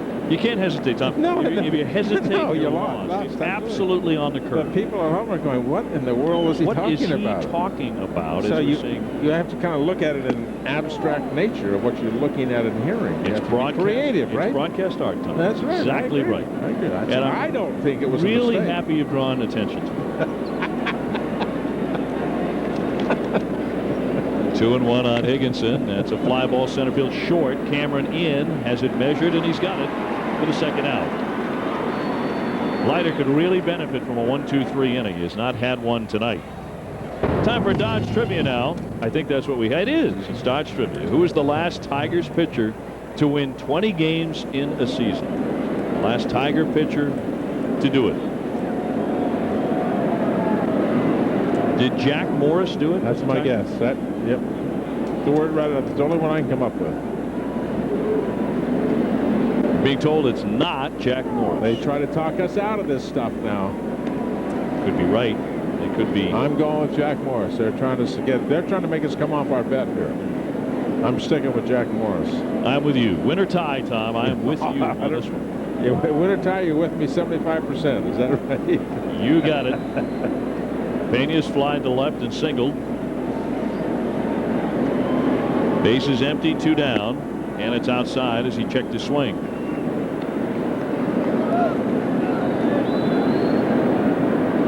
I'm going to guess they didn't have one last year. Just wild guess. They did have a 20-game loser, though. That doesn't count in this quiz, though, right? Mike Maroth losing 21 games. Outside on Carlos Phenia. Got to find out tomorrow if he has introduced himself to Tommy Glavine. We idolized growing up. Maroth did. Fellow left-hander out of Orlando. He was dying to meet Tom Glavine. Tommy had the little business of his starting turn last night. Swung on and missed, and the count 2-2 on Phenia. It was a fascinating effort by Tom Glavine. Did not get the win last night. His ERA pretty much stayed right where it is, 2.07. A gutsy kind of a performance, at the risk of using that cliche. Did not have his A game, and yet made it through 7 innings with a chance at a victory. Wound up with no decision.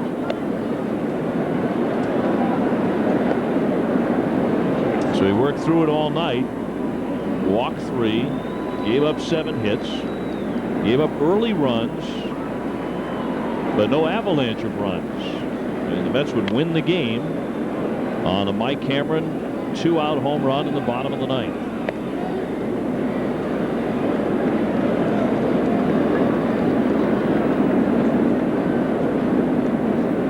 Three balls, 2 strikes on Phenia.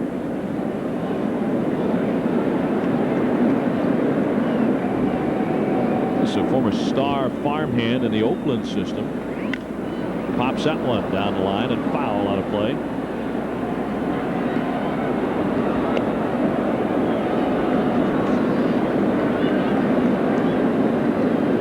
Finale of this series coming up tomorrow afternoon right here on the WB11. Steve Traxel on the hill at 110 against Jeremy Bonderman. A couple of right-handers. Monday and off day. The Reds are here Tuesday night. Foul tip there by Phenia. Matt Ginter goes Tuesday against Paul Wilson, who is 7-0. Jay So, Tom Glavine also scheduled to pitch in the series. That Wilson story, 7-0, that's one of the great stories in baseball this year. Talk about perseverance. The Paul Wilson, formerly of the New York Mets. Ground ball fair to Valent. He'll do it himself. Side retired.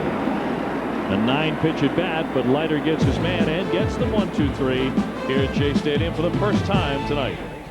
Out at 1 o'clock right here at the WB11. This match is what I'm saying, Tom. And then, of course, the Yankee series is next Friday, Saturday, and Sunday on the WB11 on Friday night. Nailed that one. Bottom of the 5th, and here's Jason Phillips, and he takes a strike. Jason with a base hit in the second. Needs a whole bunch more. That average still struggling there at 212. 0 for 3 last night, but was happy to be left in the on-deck circle at game's end as he was batting right behind Mike Cameron. He grounds out to third for out number 1.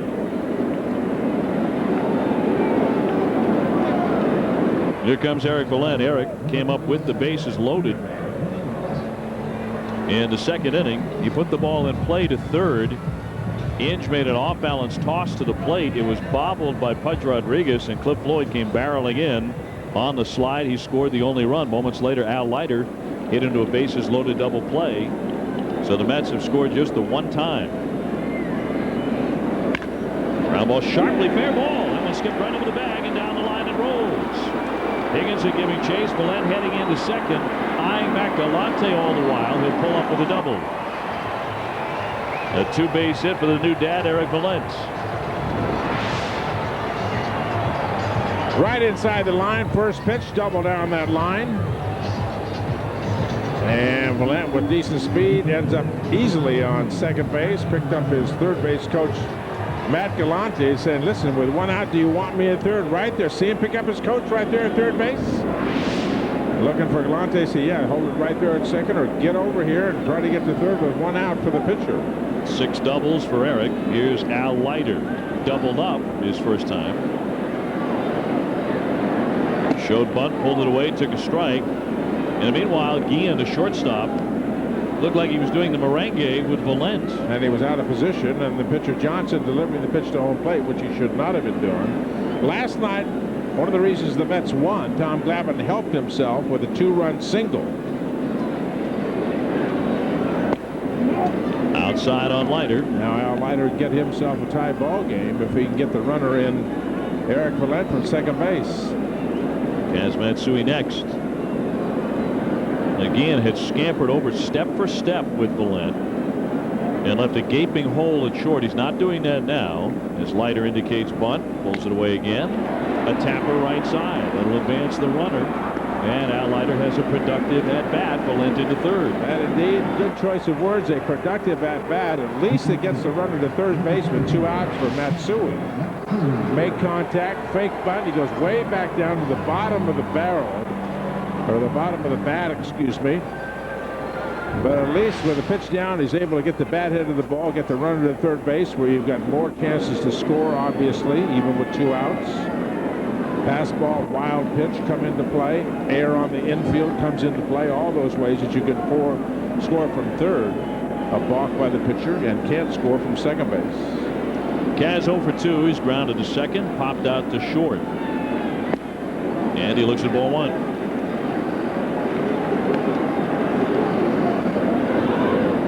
First time tonight, Matsui and Reyes have been in the lineup together. So far between them 0 for 4 as Jason Johnson pitches. 2-0. Before tonight, Kaz was hitting .333 on this homestand. 5 homers, 22 RBIs. 6'6" right-hander ready to deliver it. Here comes the 2-0. Inside at the elbow. Pudge Rodriguez had to lunge after it, and it's 3-0. Setting up the scenario for a storybook inning here. If we get 2 outs, runners at first and third, and Jose Reyes, his first return back to Shea Stadium. Pitch count there, you see a high percentage of strikes, and that pitch count total is 65.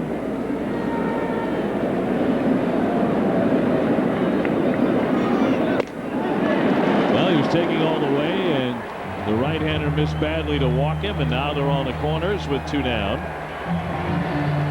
And Jose Reyes for a chance at an RBI here, his first of 2004. Drove in 32 of them last year. That in 69 games. Batting left-hand, of course, a switch hitter. At age 20 in 2003, he became the youngest player in Major League history to homer from both sides of the plate. That was against the Braves on August 28th.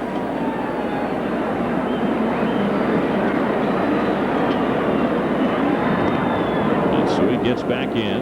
Valent over at third. 2 down.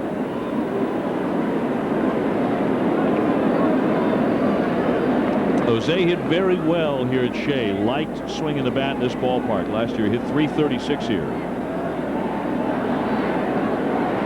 Although his first home run came on the road. That was in Anaheim off Jared Washburn. He lets it go, and that's a strike. And that first home run that he hit was a grand slam. That was an electrifying day for Jose Reyes. He became the youngest player in the majors to hit a grand slam since 1964, when a then 19-year-old Tony Conigliaro did it for the Red Sox. Here's the 0-1 pitch. Maybe thinking home run, took a vicious cut, and it's 0-2. Looked like he saw something off speed. Let's see where the location of this pitch is. Oh, good over the top break, but he still left it up. He had a pitch there to hit. That ball did not get down at all. Just missed a good hanging breaking ball, just about belt high. You can see the timing is still an issue. Went 2 for 18 for Wigginton. The 0-2 struck him out. Johnson went upstairs and whiffs Jose Reyes, who is 0 for 3 tonight with 2 strikeouts. 2 men left on the corners. It is 2-1 Detroit. From Shea on a Saturday, 2-1 Detroit in front. As we bring in the 6th inning, Omar Infante ready to swing. He's gone 0 for 1. The second baseman's also been intentionally walked. He takes ball 1. We've been talking about the shooting incident a couple of years ago in which the newest Met, Richard Hidalgo, was wounded in an apparent carjacking in Venezuela. Well, Infante is also from that country, and his life was marked by violence in Venezuela back in 1999 when his brother, who was a promising pitching prospect in the Tigers organization, was shot and killed in a robbery. That was on the doorstep of his girlfriend's house. And the story is the killer apparently did not believe that Omar's brother was not a rich ball player who had only $5 on him, demanding more money, and it ended in a murder. He was in there for a strike. Hidalgo, in a carjacking incident, shot in the left forearm a couple of years ago, has recovered fully from that. That wound did not require surgery. A lot of violence there. That's in there for a strike. And they count 3-2 on Infante. 2 runs on 6 hits for the Tigers. 1 run on 4 hits for the Mets. Rattle toward third. Nice scoop by Wigginton to his left, and he throws out Infante, out number 1. Now here's a look at the Dodge trivia question. Our guess on it was Jack Morris. We were quickly told we were wrong. Who is the last Tigers pitcher to win 20 games in a season? Bill Gullickson. Never would have gotten it. Never. I'm going back to Denny McClain. I'm thinking Lolich. Who knows? But Gullickson's the answer. Dan Petrie. Petrie had a good year. I think he won 18 or 19. Morris, of course, a dominating pitcher, great pitcher, Cy Young guy. Had that brilliant performance for Minnesota in the '91 World Series. Gullickson came up with the Montreal Expos, didn't he? And traveled on to other stops. He had good stuff. 20 games he won with the Tigers. He'd have won a lot of money from me if he'd have. Yeah, you and me both. We're both out. Yeah, we'd be out on this one. One thing about Johnson, he doesn't get cheated. The pitcher takes one inside. And this is an American League guy, too, out of the Baltimore organization.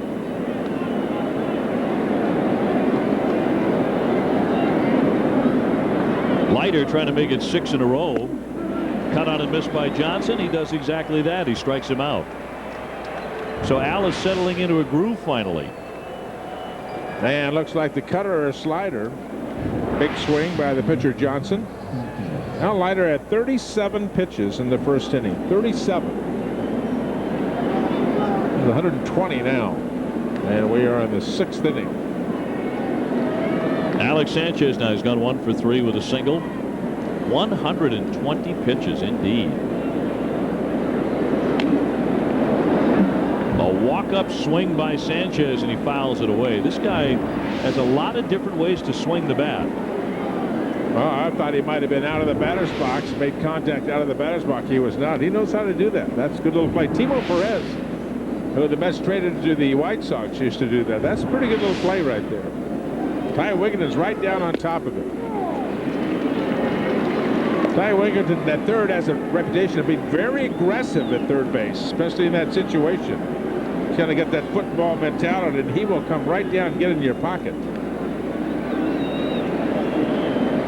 This guy's put 59 bunts in play instead of ground ball. You see Matsui got it off quickly. Somebody's talking to Kaz. The communication's starting to work as he got rid of that one real fast. Cliff Floyd will be up and swinging when we return. It is 2-1 Detroit. Kaz so far tonight he is 0 for 2 with the base on balls. Ty Wigginton will lead off the bottom of the 6th. It is 2-1 Detroit. Wigginton fouls that one away. He's flied to center each time. Floyd next and then Hidalgo. Jose Parra just recalled, starts to warm up in the bullpen. Al Leiter's doing a lot of pitches as mentioned. Up over 120 now through his 6 innings of work. For Leiter, 37 of those came in the first inning.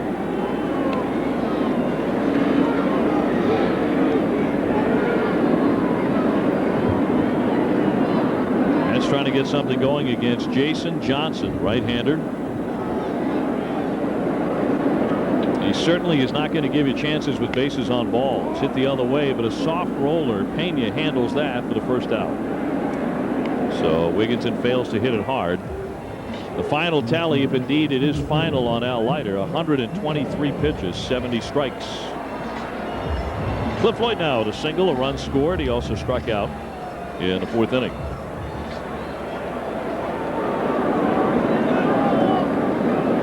Leiter and Rick Peterson going over what has happened so far tonight. I think the only time you don't hear much from Al Leiter is when he's pitching. Otherwise, he loves to talk about the art of pitching. 37 pitches in the first inning. Well, that was a long story. Top of the first took 21 minutes. Al was laboring. Here's the 0-1 pitch. Floyd lets it go. It's high. When you look back at that time and look at if it's indeed the end of Al's outing, was it a case of bad location tonight? Was it a case of release point? Was it a mechanical thing? I mean, not that they knocked the cover off the ball against him, only 6 hits. Yeah, but he's behind the hitters, etc. He did not have good command of his pitches, and that's probably exactly what they're talking. You don't really know until you talk to the individual. Center field and deep. Sanchez back at the wall. He leaps and he makes the play. Alex Sanchez with a fine jumping catch to steal an extra base hit from Cliff Floyd. That's the hardest a Met has hit the ball. Certainly the deepest a Met has hit the ball tonight. That will be our accurate defensive gem right there, and it's a beauty by Sanchez in center field. This is in a strange ballpark. First time he has played here in the National League Park against the Mets, etc. Look at Al Leiter going, oh, can't catch a break. Cliff Floyd hit that right on the button.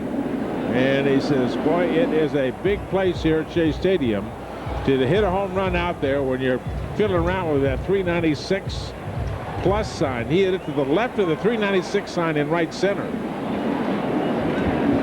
It was going to have to be 400 feet plus to get out of here. Hidalgo now, the count of 0-1. He's 0 for 2 tonight. He's flied to center and popped to short. So Richard has now gone 173 at bats since his last home run. Floyd just thinking, I wanted a double there. A double, maybe a triple if it takes a fortuitous bounce off that wall. Hidalgo has not homered since April 14th.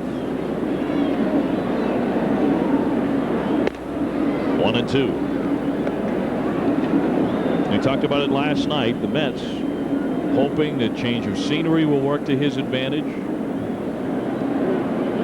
but also that Shea Stadium will work to his advantage. He won't be looking to pull everything. He swings and misses for strike 3.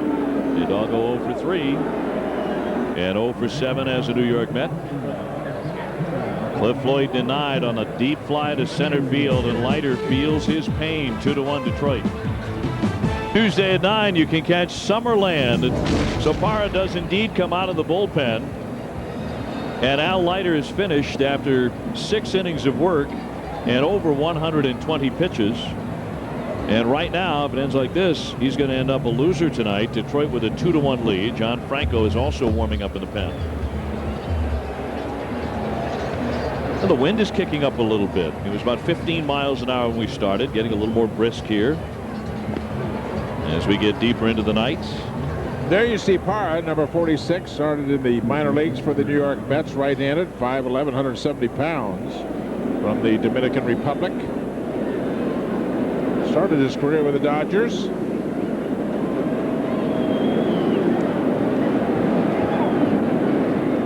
Here's Brandon Inge. He has walked, singled, and grounded out to third tonight. Inge was a pitcher and a shortstop in college at Virginia Commonwealth.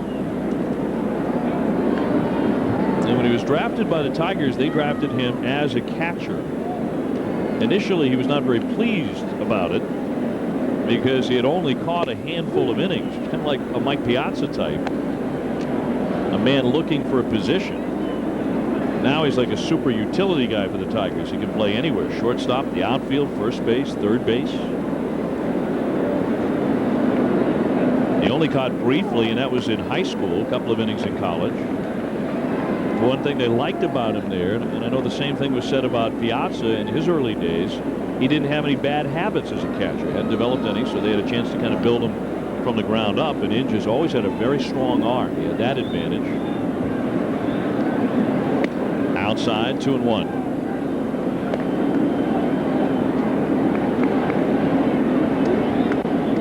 On the topic of strong arms, Pudge Rodriguez is next. And then Rondell White, as Parra looks in and gets a sign from Phillips. High fly right field, backing up Hidalgo. He stops now, and he's got it for the first out. So Inge is retired, and here comes Pudge. He singled right away in the first inning at .359 average, the best in the American League.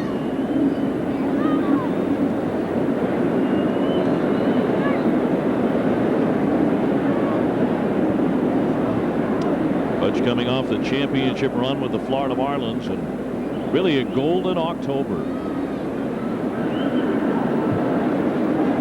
Of all the stars the Marlins had down the stretch and in those huge games in the playoffs against San Francisco and the Cubs, World Series against the Yankees, another hit for Pudge, his second tonight.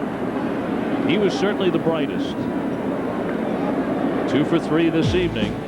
As we give you a look at the Toyota out-of-town scoreboard, the Yankees with a win. San Francisco slides by the Red Sox in interleague play.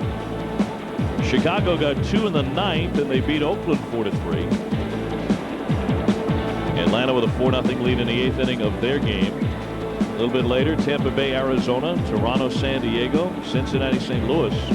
Boy, does Lou Piniella have Tampa Bay playing well. Well, we got 9 in a row.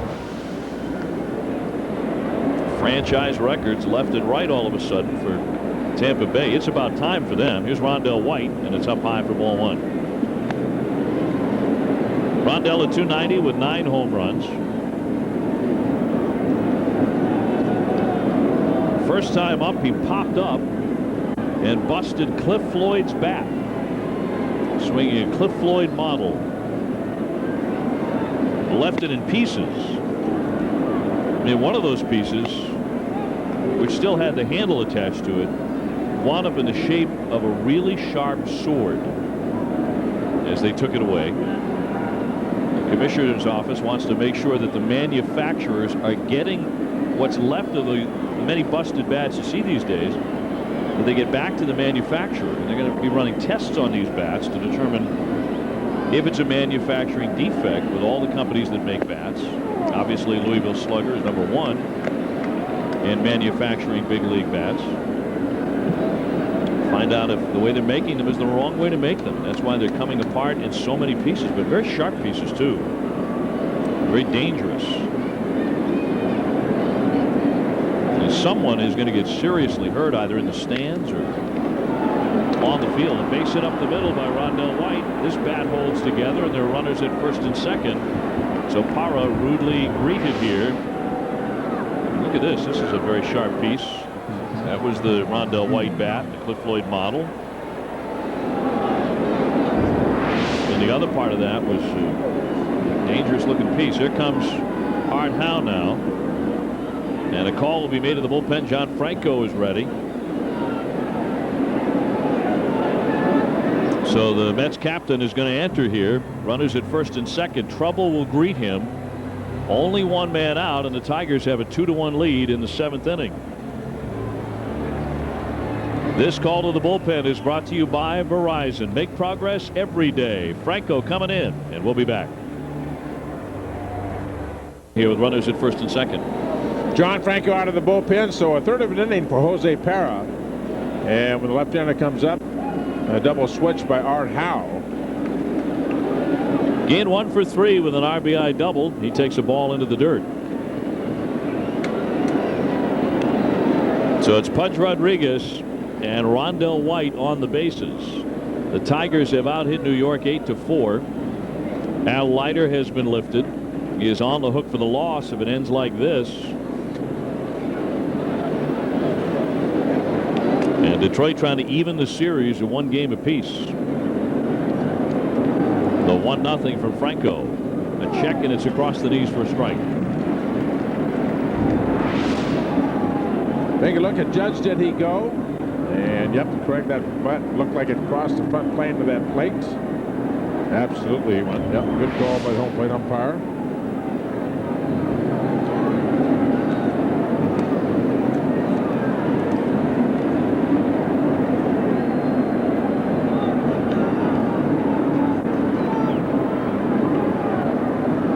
The 1-1 pitch, and that dips a little bit too low. The finale of this series coming up tomorrow at 1:10. Steve Traxel on the mound for the Mets. Tuesday, the Mets will enjoy the day off, and then, I should say Monday, the day off, and then Tuesday, the series against the Reds gets underway here at Shea. As a 9-game homestand continues.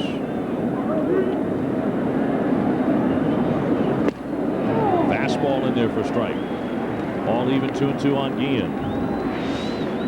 Guillen, switch hitter, playing the count with John Franco. Look at why he wants a 3-1 count. Franco makes a perfect pitch on that outside corner. Runs the count to 2-2. Guillen didn't think so. He had the look of a guy who would just shoot on something real sour. Well, there's nothing he can do with that pitch anyway. That's a big pitch in this entire count because it makes it a 3-1-3-2 if he gets the 3-2 count.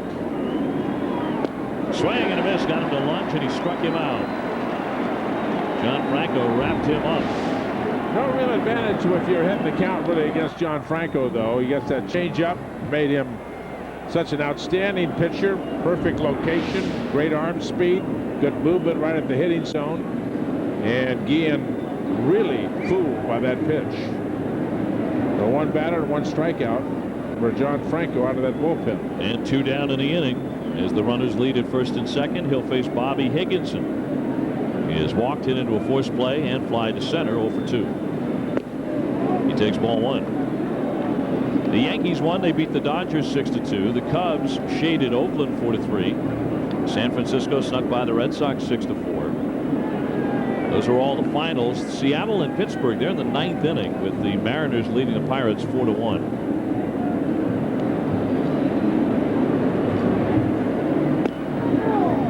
Right down the middle for a strike on Higginson, 1-1. Did you watch any of that Yankee-Dodger game today? No, I didn't. I watched the first inning. And it took at least 45 minutes for the first half an inning. I couldn't believe it. Hideki Nomo? Yeah, it was. That would have been my guess. Hideo Nomo. Hideo Nomo's pitching. It was unbelievable. Fastball pumped in there for strike. 1-2 on Higginson. Johnny Franco, painting the black, right on the black. Yep, strike outside corner.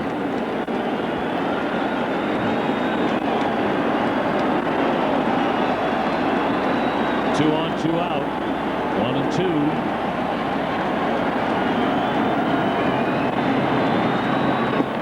Got him.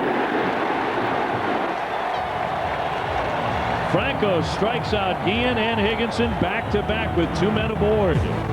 Still 2-1 Detroit. A whole lot of offense tonight for the New York Mets as we glance at the Lexus line score. 1 run on 4 hits for the Tigers. 2 runs on 8 hits. Bottom of the 7th coming up and every week. Jason Johnson stays on to face Mike Cameron, Jason Phillips, and then Eric Vallant, at least scheduled to hit. Cameron has a base hit, Phillips has a single, and Vallant has a double. That's been most of the Met offense. Mike Cameron, the star last night with a game-winning walk-off homer in the bottom of the 9th with 2 down.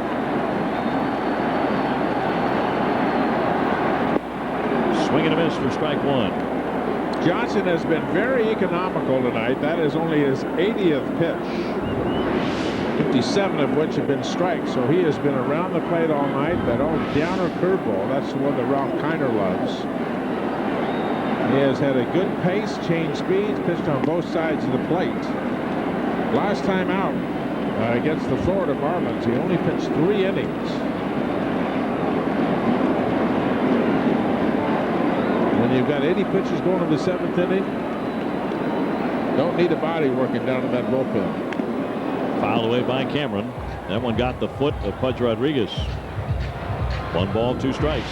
2 outings ago, he pitched 8 innings against the Atlanta Braves and struck out 8. Take a look at that fastball. Pudge is barking. Little thing about not having somebody down there in that bullpen, David. You like that dog, don't you? Do that one more time. Yeah. Kind of an older dog. Well, it is an old dog. Maybe a hunting dog. 59-year-old, you know, Blue Point Bloodhound or whatever they're called. The dog will hunt, though. Ooh, and how? I'm sorry, I interrupted you. No, just an empty bullpen. That pitcher looks down. There's nobody in that bullpen. My manager's got trust in me. He knows I've only got 80 pitches. Cliff Floyd's ball back last inning. Really, the ball's been hit hard off him all night long. Caught at the wall by a leaping Alex Sanchez. Is that fatigue? Maybe. Now, this is a case of not getting together real fast. Rodriguez and Johnson to meet. You know, sometimes when you've been held to 4 hits through 6 innings and you hit a bunch of taser shots, you know you've had the guy on the ropes all night with nothing to show for it. That has not been the case against Jason Johnson. Here you tip your cap to the 30-year-old right-hander from Santa Barbara. And you say his stuff, his location, his ability to throw strikes, stay out of the big inning. That's what's getting him in position to win. And change speeds very effectively. Very much. The 1-2. Now even on Cameron. 2 balls, 2 strikes. Cameron had a hanging breaking ball last night. A real bad hanging breaking ball. Real good if you're Mike Cameron. But from a pitcher standpoint, the quintessential hanger, and he hit it right out of here, a rocket to left field. 2-2 pitch. Swing and a miss. Didn't get a hanger that time. That is exactly right. That is not a hanger. That's curveball. Looks like a strike in a perfect position, and that's perfect pitch. So Cameron is 1 for 3.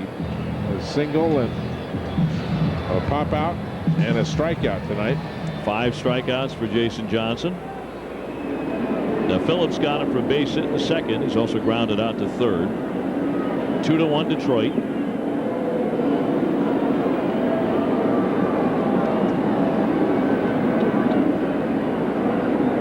It is interesting to note, though, last night Tom Glavine didn't have his best stuff.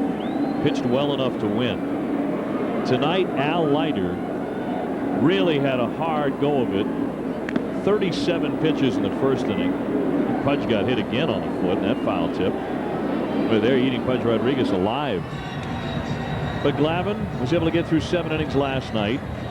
Leiter lifted in this game after 123 pitches, and yet in both cases, the Mets starter has still allowed the Mets the opportunity to win the ball game. Really twofold in the sense of being able to make the pitch. I mean, before that, recognizing the pitch or the out that you have to be able to not let the game get away from you. You've got 2 veteran guys who can do both those things. You got to know when there is the out in the ball game that you have to win, and they're usually about 5 in a ball game.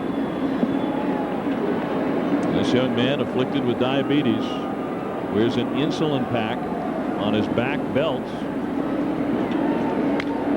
He's been delivering tonight a fly ball into right, but a routine pop-up to Higginson. 2 down.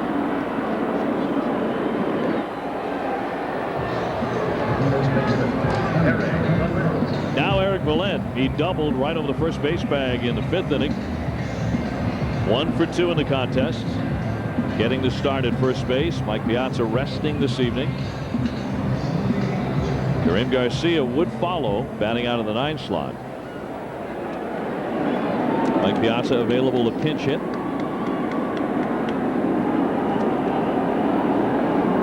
But getting the night off, and here's the first one to Valent. That is on the corner for a strike.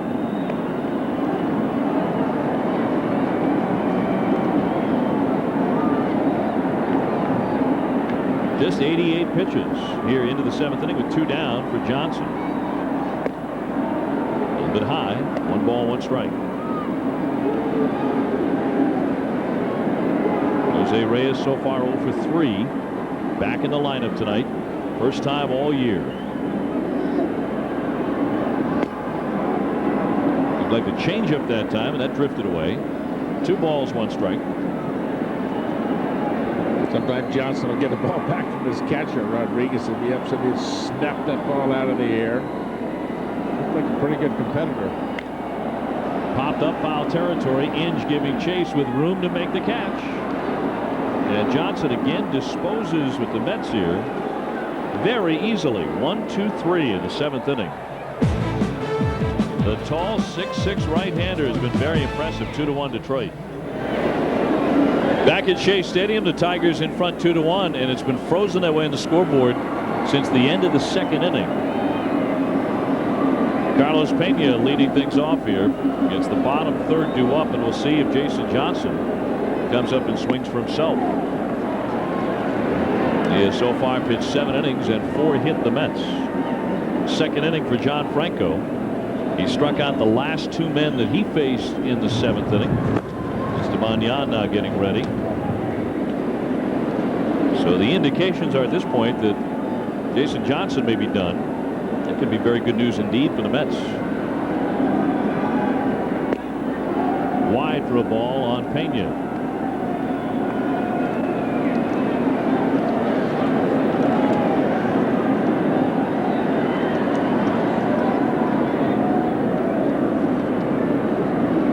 Phenia out of the Dominican Republic, good left-handed swing, has shown good power numbers throughout the minors. But he actually went to college before the minor leagues. He started college at the age of 16, just 3 years after his family moved to the United States. Played his freshman year at Wright State, but he got homesick. Actually grew up in the Boston area after moving from the Dominican Republic, and he transferred to Northeastern, where he majored in electrical engineering. His father an engineer. He has 2 brothers, Omar and Pedro, who followed him to Northeastern to play baseball there. And one of those brothers, Omar, was drafted and signed by the St. Louis Cardinals in June of 2003. So excellent baseball and engineering bloodlines in the Phenia family. Tonight he's 1 for 3 with a single. He lets that one go. And the count is full 3-2.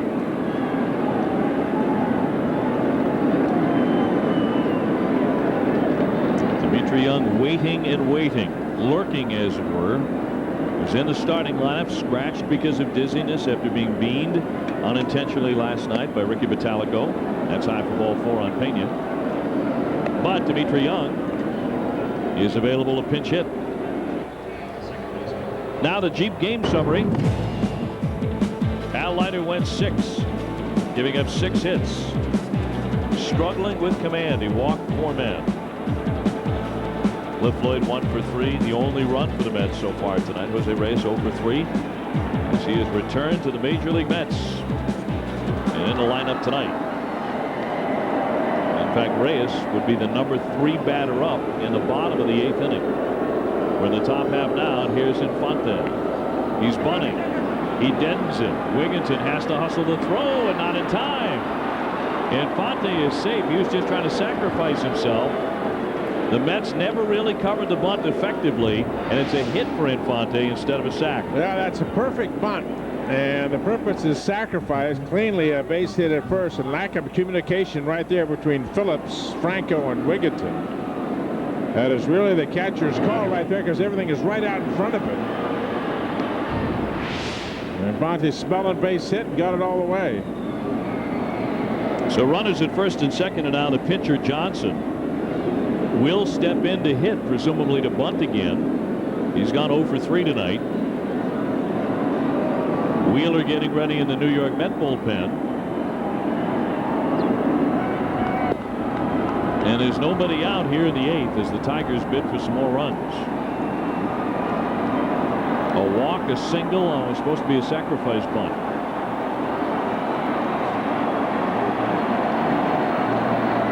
So for the second inning in a row, the New York bullpen is in trouble. He squared the bunt, took it low, and it is ball 1. Now, one thing that's going on here is you got the runners covering the corner. This kid Johnson has shown that he can handle the bat. You want to get too froggy running in on top of him. John Franco's not a guy that can blow it by you. And he has been a very aggressive swinger tonight. He's shown that he can swing the bat a little bit. He is not an automatic out. And they're coming right down his throat with no outs, looking for the bunt, but he could get back and swing away at this. That's a play put on there, trying to get the runner at second going to third, and then the shortstop sneaking in behind him.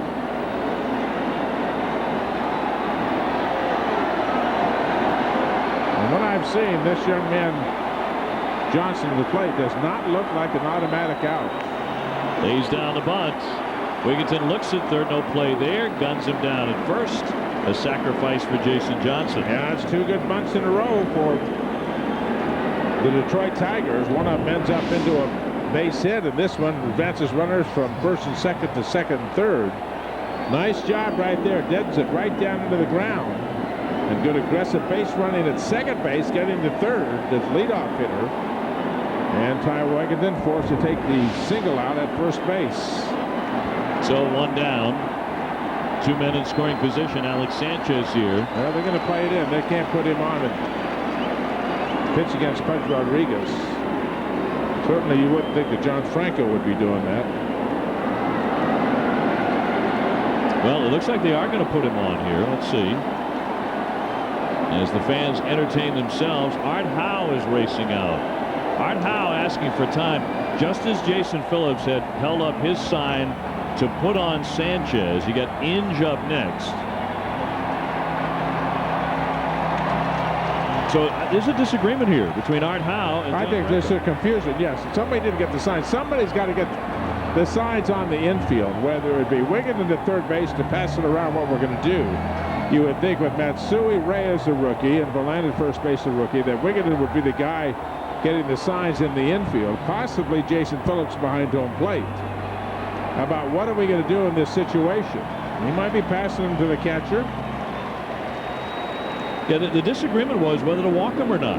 I think so too. Because they're not going to walk him now, not intentionally. Franco's going to pitch to him. The first one is outside, ball 1. So there's a clear disagreement there between Art Howe and John Franco and Jason Phillips as to what to do there, or miscommunication inside. I think it was miscommunication. But it is ball 1 on Sanchez.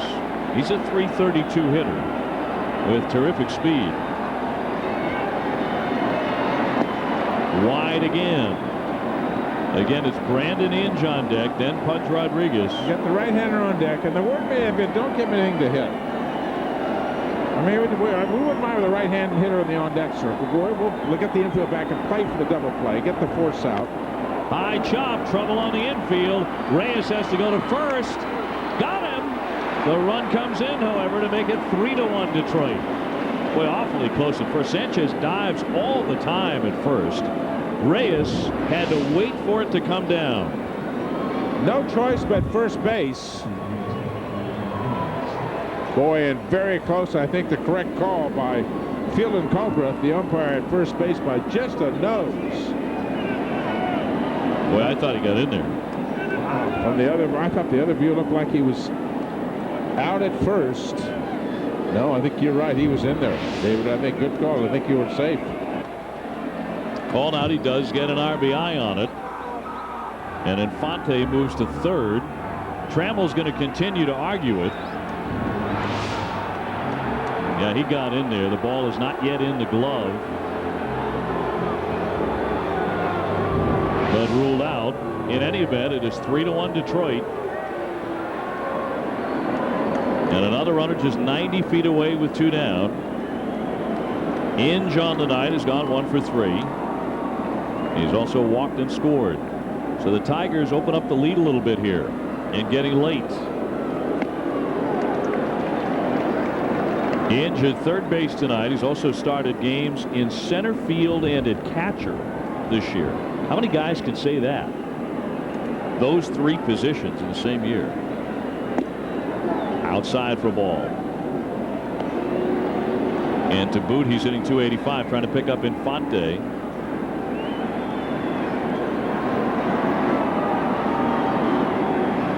So a run on the board for the Tigers in the inning. They have not hit it out of the infield. And the hit was a bunt single that was supposed to be a sacrifice. Talk about manufacturing a run. What's the term? Small ball? All the things that not really statistics about, but doing all the little things in the game that help you win. When you played, what did they call it? What was the term? Fundamentals. Good fundamental. Good fundamental baseball. Pretty creative, huh? 2-2 on Inge. So it's called throw strikes, get ahead of your hitters, move the run over, hit behind the runner. Throw a shutout. Well, as Kuzman would say, shut him out, hit one out. You win every time, big boy. No whining. 2-2 pitch. Oh, almost right there. Good. That's a good piece of hitting right there. Keep yourself alive at 2 strikes. You might get a flare over the first baseman's head. Runner on third base. Take a look at this. Well, it's maybe too close to take. I'll take a little flare to right field. And again, the whole purpose of that, keep yourself alive. Infante leading at third, 2 away. Franco trying to keep any more runs from crossing that plate. He missed outside. A full count on Inge. Pudge Rodriguez, a very, very hot bat, waiting on deck. This is the first time either team has scored since the 2nd inning. Fly ball center field. Mike Cameron has it measured. He's got it. But a run scores to make it 3-1. And coming up in the Mets as we go to the bottom of the 8th inning, it'll be Garcia, Matsui, and Jose Reyes. 110. The Mets and the Tigers, but still ongoing here. Game 2, 3-1. The Tigers have the lead. Kareem Garcia batting for the first time in this game. He's hitting .237. He came in to replace Hidalgo defensively in right field. 7 home runs for Garcia. Then it's Matsui and Reyes. Jason Johnson has been superb. He's allowed 1 run, 4 hits, at 1 run in the 2nd inning. Fouled off and off to the left by Garcia. 1 ball and 1 strike. So Johnson has been very, very impressive indeed. One thing that the Mets have been unable to exploit tonight, because they've had so few base runners, Johnson allows a lot of stolen bases. In fact, he's given up 32 of them while he's been on the hill. That's the most in the American League. Now, of course, he has a terrific catcher. It was going back a year ago, the 32 of them. There's a terrific catcher now in Pudge Rodriguez to shut down the running game. But as everybody knows, you steal off the pitcher, not the catcher. Pudge can do a lot to help you there. 10-time Gold Glover, great throwing arm. Late swing and a miss by Garcia on that one, and it's 2-2. Johnson has changed speeds all night, threw the fastball right by Garcia. The other thing, you saw that pitch, the movement right at the hitting's a waist high, but moving out and off the plate away. He has had real good late movement on his pitches. Leiter slicing down the line, and it gets by Rondell White. It bounces back to him on the track, but it's a double leading off the inning for Karim Garcia. On a 92-mile-an-hour fastball, he knocks it the other way down into that corner. And Bob Cluck is on the phone to the bullpen immediately. And the pitch before this, he threw it right by Garcia. There Garcia with 2 strikes, a real good piece of hitting. Not trying to pull that ball, just put it in play down that left field line. Real good. That's a good pitch right there, but a better piece of hitting by Garcia.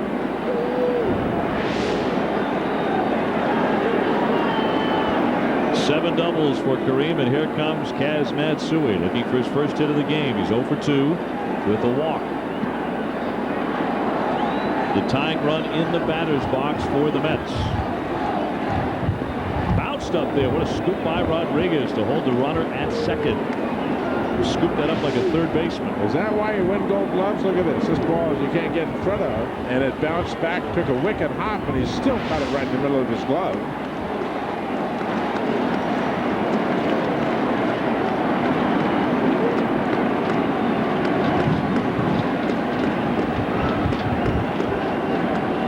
The 1-0 from Jason Johnson. Pop foul out of play. Well, the Mets came right down to their last swing last night in a 2-2 tie with 2 out in the bottom of the 9th inning. It was Mike Cameron who was the star with the game-winning walk-off homer. Will it be Mike Piazza tonight? Mike not starting in this game, an evening off, but he is available to pinch hit. He's got the hard hat on in that dugout. And you could bet Alan Trammell knows he's over there, too. Matsui showing bunt, runs up and lets it go for a ball. 2-1. Kaz did not have a hit last night. Does not have a hit tonight. Trying to reach here against Johnson. Nobody out, and here comes the 2-1. He is bunting, tried to drag it, but he fouled it away. He flicks it foul, 2-2. Well, if you're ahead in the count, I don't know if this is a good play or not. Good play standpoint, even if you get thrown out at first, you move one runner up. But the Detroit Tigers pretty much, and the pitcher Johnson probably just ignoring the runner at second base, Garcia. They don't really care about him. He's not the runner that they're concerned with. The runner you're concerned with is getting somebody on who represents the tying run, getting 2 men on base, where conceivably a single or double to tie the ball game up. 2-2 in there for strike 3. Trying to check. Breaking ball totally fooled him. Johnson has had a real good downer tonight. Right off the table curveball straight down. Yeah, good call by home plate umpire Tony Randazzo. That looked like it was right on the corner. Beautiful pitch right there. Not a whole lot that Matsui could do with that one. Well, 2 times in this ball game that Jose Reyes has been up where the spotlight could really shine on him. It happened back in the 5th inning. And he struck out to make the 3rd out. If you wanted drama, it happened in that inning. And he got a great breaking ball from the pitcher Johnson again, but here he is. He would represent the tying run if we get an extra base hit.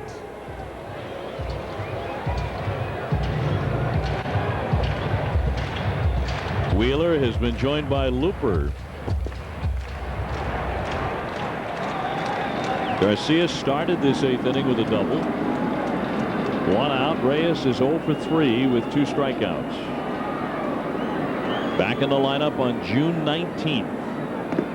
That one gets away, and a runner moves up. Garcia into third. So finally one that Pudge Rodriguez could not stop.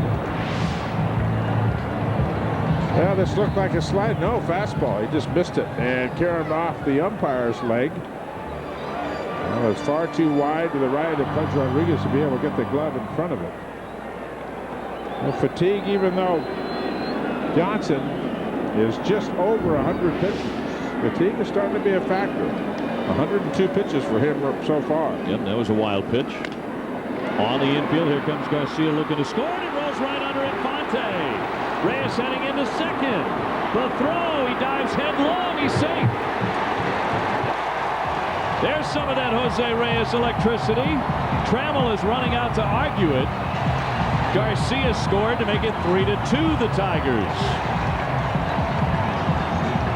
Oh, there's some of that explosive speed. Right through the wicket of Infante. Garcia never slowed down. He barreled in to score.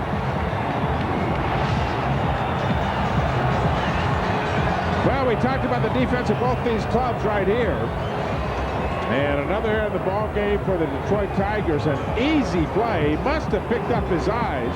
Reyes had given up on the play. He was giving up the out. The throw, he dives headlong, he's safe.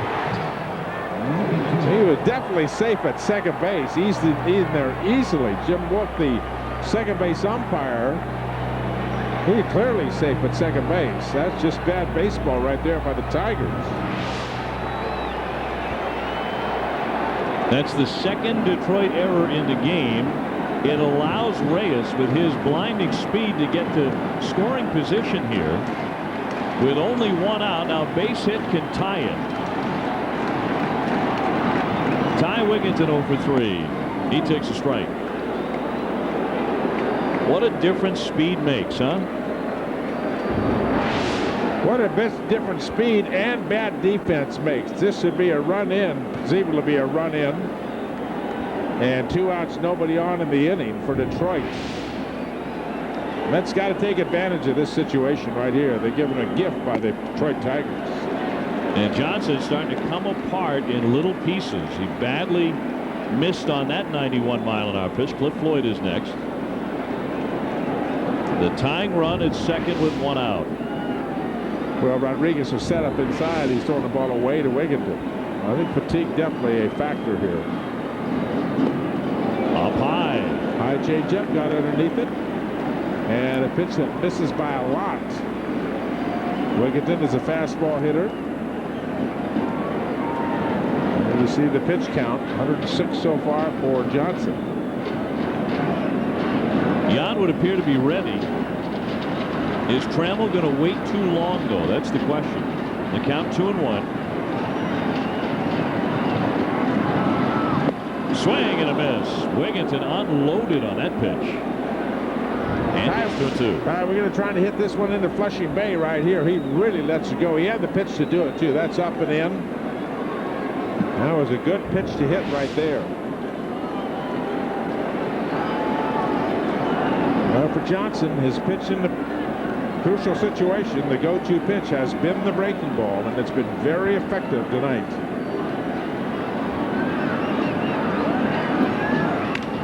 High fly ball right field, backing up Higginson. Now over to his right to make the catch. Reyes heading into third. He'll reach there easily. So now that tying run is 90 feet from the plate. Wigginton flies out. Cliff Floyd will hit next. Now let's see what Trammel does here. Cluck is coming out. Bob Cluck heading to the mound, the pitching coach.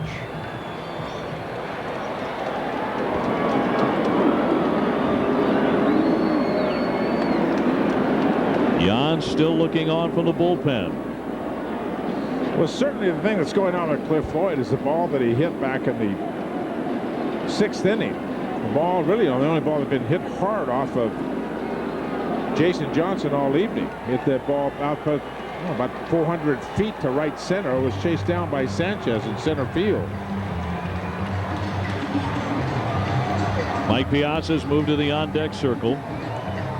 Kevin Rand, the Tiger trainer, bringing a towel out to the hill here. They may have blister time or something. Yeah, Pudge Rodriguez was saying, somebody come out here. Somebody's got to come out. Now, are the Tigers indicating, and here comes Trammell too, that this is an injury visit? No, they're going to make a pitching change right now. It could be injury related. But I don't think initially that was the reason, because the trainer didn't come out at first. In any event, they are going to make a pitching change. Yan coming on. It's the Verizon call to the bullpen. Make progress every day. And we'll be back. 3-2 Detroit. Trammell making a pitching change here. Jason Johnson has to come out. And watch after this pitch as he flexes and having some trouble in the upper part of his chest, it would appear. So they have to bring on the right-hand reliever Esteban Yan, an ERA of 5.03. Very hittable, 48 hits in 39 in the 3rd innings. Cliff Floyd tests him first. A runner at third base, that is Jose Reyes, reaching on an error, flying into second. On a ground ball that scored Garcia. Up the middle, base hit. Floyd comes through. Reyes will score, and this one's all tied up at Shea. Going after the very first pitch, he stings it right through the middle. Charged that run to Johnson, who pitched a terrific ball game, but he winds up giving up that tying run after he leaves. It's charged to him, and Reyes a big part of it. First pitch fastball right on the outside part of the plate. RBI number 25 for Cliff Floyd. Reyes scores easily. Tie ball game. And here's Mike Piazza. A strike to Mike. His first at bat tonight. And a pinch hit capacity. 305, 14 homers, 33 driven in. His platoon is active. Floyd ties it with an RBI single in the 8th. Slicer foul off to the right. And it's 0-2 on Piazza. Look at that, 4 out of 5 against Esteban Yan. Infante can't feel too darn good right now. He committed that error. Popped up behind first. Down the line, Infante with a long run. He makes a fine catch. I think he just made up for part of that error, but it turns out to be a huge play. The error that Infante committed. We are all tied up at 3 at Shea Stadium. Shea Stadium, 9th inning, all tied. Tigers 3, Mets 3. Braden Looper on. He'll pitch to 3, 4, and 5 in the 9th. Looper 2-2. Excuse me, 1-1. That ERA under 2. And Looper 37 times that he has been. This is his 38th. He has pitched 37 innings, so you know he is the closer. Usually 1 inning out of that bullpen. Now about to face a guy who caught him last year with the Florida Marlins when they were teammates. Pudge Rodriguez with 2 hits tonight, driving that average up to 362, best in the American League. 0-1 on Pudge. We had 2 men named Pudge in the same ballpark last night as Uget Urbina, who also helped the Marlins to that world title last year. Starts to loosen up. Chopper along third, fair ball. Wigginton hugging the line. Long throw right in time. Ty Wigginton showing off a real strong arm from the hot corner. Deep at third base and throwing a strike over to Eric Belen at first base. Strong throw by the Met third baseman. What are the odds, by the way, statistically, of 2 men named Pudge on the same field at the same time as we had last night? And both of them playing the same position? Is that same what you're position. One of them in the Hall of Fame, one of them bound for the Hall of Fame. Astronomical, Tom. There's Rondell White. He's gone 2 for 4. What were we taking odds on before? We lost that bet too, remember? Oh, we lost our bet on the Dodge trivia question tonight. You and I were guessing Jack Morris is the last Tiger to win 20. It was Bill Gullickson. So we're like, what, 1 for 22? Not too good. No, not too good. And I'm following your lead on these, too. I'm not casting them, for stone. Not the way I see it. I see myself as being led down the primrose. Whoa. Following your lead, Tom Seaver. I mean, you're the Hall of Famer. You're in Cooperstown. You won 300. Now I'm the Hall of Famer. Although you and I together won 311. That's right. That is true, too. White fouls that one at the plate. And I have reminded you of that periodically. That between us. You and me, partner. Every so often. We got 311 wins in the big leagues. Yes, sir. Okay? Yes, Very sir. proud of that.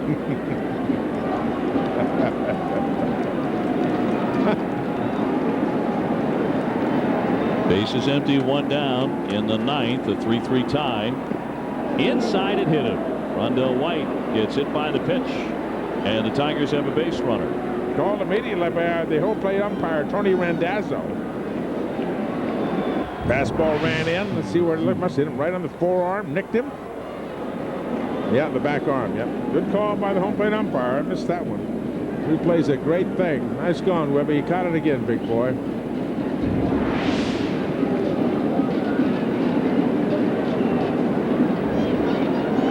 Carlos Guillen on the night, an RBI double in the first inning. Beck drove in 2 runs.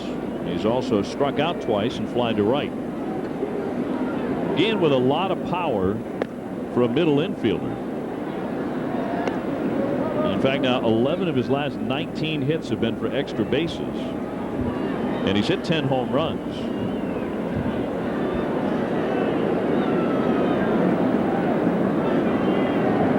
White, good wheels at first. That's on the outside edge for strike. 1-1.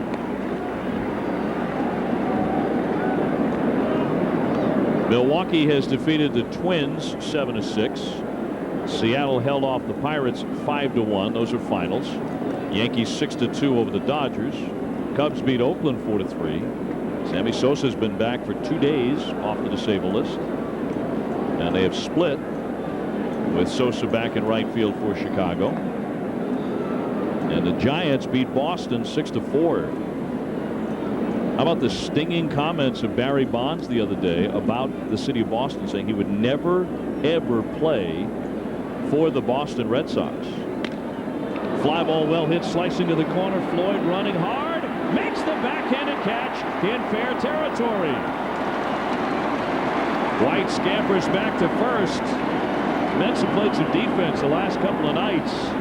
Floyd with a wonderful play. Well, the Mets had him positioned perfectly right here to be able to make this play. They had the outfield swung around in left field toward the left field line, knowing that Guillen will go that way. He does, and this ball is slicing away from Floyd. You got the ball going away from you. You got the fence down there going down that right field line. You've got the concrete wall and the brick wall behind that. It is padded. A lot of things coming together at one time. That's a fine play by Cliff Floyd in left field. Also very wise base running by Rondell White. As you see the mark in the corner as he skidded. Rondell White rounded second. He made sure to retouch on his way back. Yep, the veteran player, certainly. If he doesn't do that on appeal, he's out. Once he gets to first base, you have to retouch. So 2 out here in the 9th. Here it is again. It's a good point. If you're a young player, if you go around that bag, and this is a veteran player, he goes back, touch that bag, that umpire at second base, Jim Wolf looking back at him to make sure that he did in fact touch that base. There have been players who have gotten all the way around there to third base and ran straight across the pitcher's mound back to first. I've seen and it. it's okay to do if nobody's watching. If no one's watching.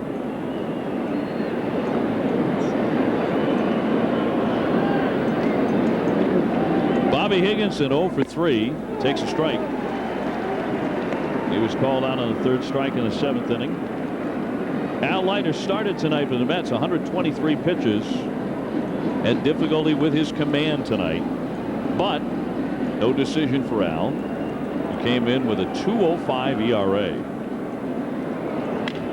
Line shot, one hop. Reyes backing up for the good hop, throws him out. Side retired. Cliff Floyd with a terrific play to help out Braden Looper. And now here come the Mets. Art Howe fired up. Mike Piazza to lead off the bottom of the ninth. Well, it's deja vu, sort of. 24 hours ago, Mike Cameron was the hero in the ninth inning homer. Although there were 2 out at the time, nobody out as we lead off the bottom of the ninth. But last night, no doubt about it. Got one of those hangers that just comes up there and says, hit me, hit me, hit me. And that's exactly what he did. A no-doubter out there. A walk-off home run for Cameron last night.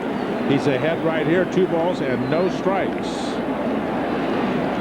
On a night that saw Jose Reyes return to the lineup, the Mets have rallied with his help to tie it up. A broken bat, foul, and a big splinter went trickling up the third base line. That one right off the end of the bat, into the cup end of the bat, split that thing right down the middle. Little kindling for Matt Galante. Watch this ball. You see the cup at the end of the bat, and that ball hits right on one of the cuts. They will throw the bat out, and they will throw the ball out as well. But they're keeping the shards of the bat and what's left of it these days. So that the manufacturers can try and learn how to keep the bats together. 2-1 is inside. And 3 balls and a strike. Another good hitter's count for Cameron. He's homered the last 2 nights.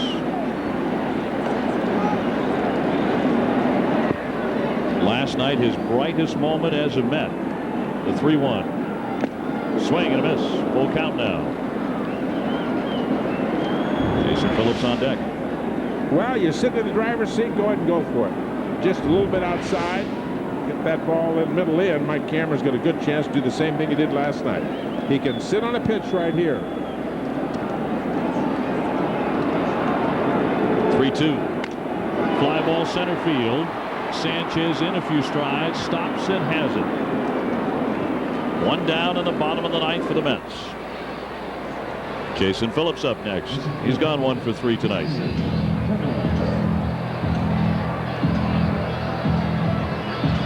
Jason with a base hit in the second when the Mets got their first run of the game. That made it 2-1 Detroit. Tigers took a 3-1 lead before the Mets rallied in the 8th inning and scored twice on 2 hits. A big error by Infante, the Tigers second baseman. That was on a routine ground ball hit right at him by Jose Reyes. Reyes then went firing into second. A headlong diving play. He was safe, and he would score on Cliff Floyd's RBI single 2 batters later. So Jose Reyes has played a role in this. Base is clean, and it's 0-2 on Jason. Not real happy with his swing here where he got that pitch. Yeah, that looks like a breaking ball. Did not look like it was in the strike zone at all. Jason trying to win it right there with that big swing, and he falls into the hole. No ball, 2 strike count. 0-2 up the middle, line shot, base hit. A 1-out single. Phillips with a wide turn, heads on back, and the Mets have the potential winning run at first. Good 2-strike hitting there. Now, the pitch before that was that kind of pitch, almost the identical pitch before that Phillips was trying to hit out of here. Now the count gets to 2 strikes. He's trying to keep the ball in play. Do not strike out. Just make contact and do not strike out. Look what he ends up with. Ends up with a base hit. Mets have used Piazza already. Well, you can't really run for Jason Phillips. Fly down the left field line, headed for the corner, sailing down into that corner deep, but foul. Can you imagine that off-field left-hand hitter and the ball out of here? And he did hit it out just to the wrong side of that fair pole. This just kept carrying, Tom. Yeah, Rondell White, good play to try to get there. Almost made an out, but that's opposite field. Little man hit it down the left field line. You're doing the same thing I'm doing. What exactly? Where are the flags? That ball carried down that left field line. It has gotten windier as the night has progressed. On the infield, Yan handles it. He looked at second base, but he'll go to first with a shore out. Phillips into scoring territory with 2 down. And that'll bring up Karim Garcia. So base hit can win it here in the 9th inning. For the second consecutive night, the Mets right on the edge of winning it in the bottom of the 9th with 2 down. Well, you take your pick if you're the manager. Alan Trammell, you got a base open at first base, 2 outs, bottom 9. You want to pitch to Garcia, and you want to pitch to Kaz Matsui. Well, Pudge Rodriguez is down in his catching position. They're going to pitch to him. Garcia doubled in his only at bat tonight. Came in to score in the 8th inning. He takes low for ball 1. Yan has been very, very hittable in his last 20 appearances, last 20 outings. His ERA is 7. Phillips leading at second. Another one low. Nothing yet to hit for Kareem. One of the things you can do, look at a pitcher, and Yan coming into tonight's game, 39 innings pitched. He's given up 48 hits and 13 walks. Add those up. That's a lot of base runners and 39 innings pitched.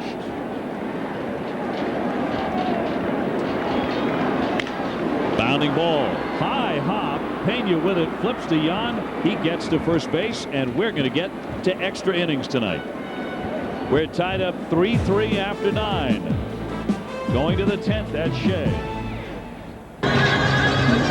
We're going to extra innings here at Shea Stadium. A 3-3 tie between the Mets and the Tigers. The middle game of a 3-game series. Braden Looper staying on to pitch.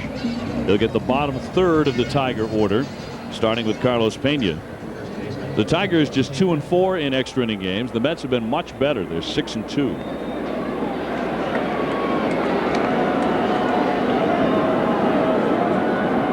Talking about the catching situation. Mike Piazza hitting earlier tonight. Zeal obviously can catch as well. Joe McEwen can catch if need be. I don't think you're going to take Phillips out of that lineup unless you absolutely have to if he gets injured. Can't do it. Not that experience and knowledge of how to catch behind home plate.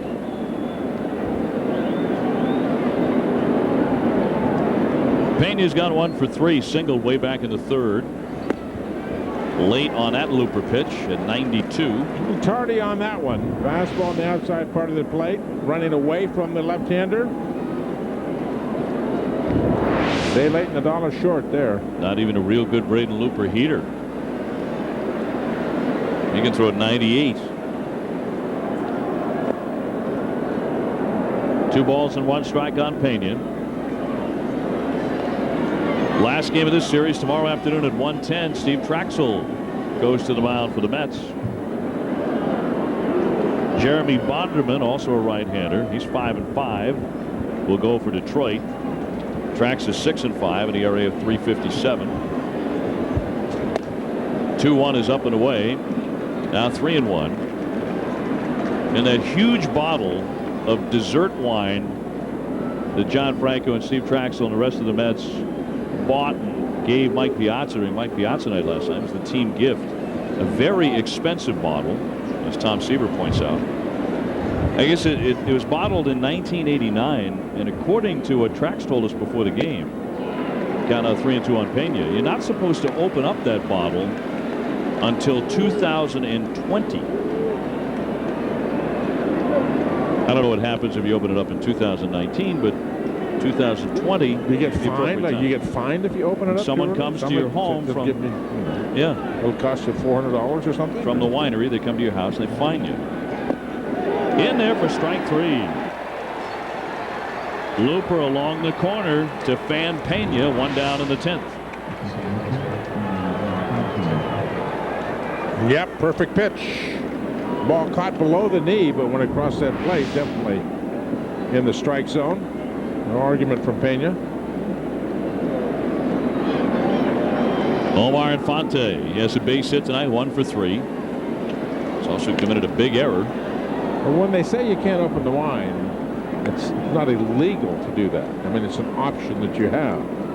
And when you have people that tell you that you can't open them, they really, the term is shouldn't. Right. It's a recommendation. The recommendation that is the maximum year for enjoyment. That's what Steve told me. Exactly right. He said, now they read up on this. They did their homework. The Mets were gathered around firelight late at night on team charters, which I'm pretty sure is an FAA violation, but really did their homework on it. Is the violation doing homework or what? No, it's the campfire on the charter. Oh, I'm not sure. If I'd have known that, I'd have done more flying. I wouldn't have to do homework. Quality stuff, but Mike can't open the bottle till 2020. Not supposed to anyway. There's another strikeout. Infante is K'd by Braden Looper. Very sharp here in the 10th. Back-to-back strikeouts. And Met fans, next Friday, June 25, the Mets heading on to play the Yankees crosstown. Catch every memorable minute here on the WB11. A-Rod, Jeter, Mike, Cliff, and the Battle of the Matsuis. Mets Yankees next Friday, June 25th at 7 on the WB11. Here's Dmitri Young for the first time tonight. Young was in the starting lineup, but because he was beamed last night and was feeling the effects of that, he was dizzy before the game. He was a late scratch. And now pinch hitting with the bases empty. Batting .294 with 2 homers. Here's what happened last night. Ricky Bottalico on the hill.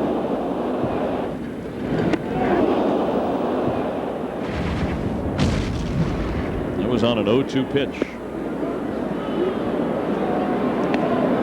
And one that got away. So Young, who is just recently off the DL because of a broken bone, got one right on the coconut. 1-2. A little tardy on that one. A little bit of come in about the mid-90s, but I mean, great movement, great location. The hitter's going to have to turn the dial up if they're going to have a chance against Braden Looper. Flick foul, a protective swing by Dmitri Young. This guy's a good hitter. Man on deck, Sanchez, a pretty good bat too, but Young also brings a little bit of power.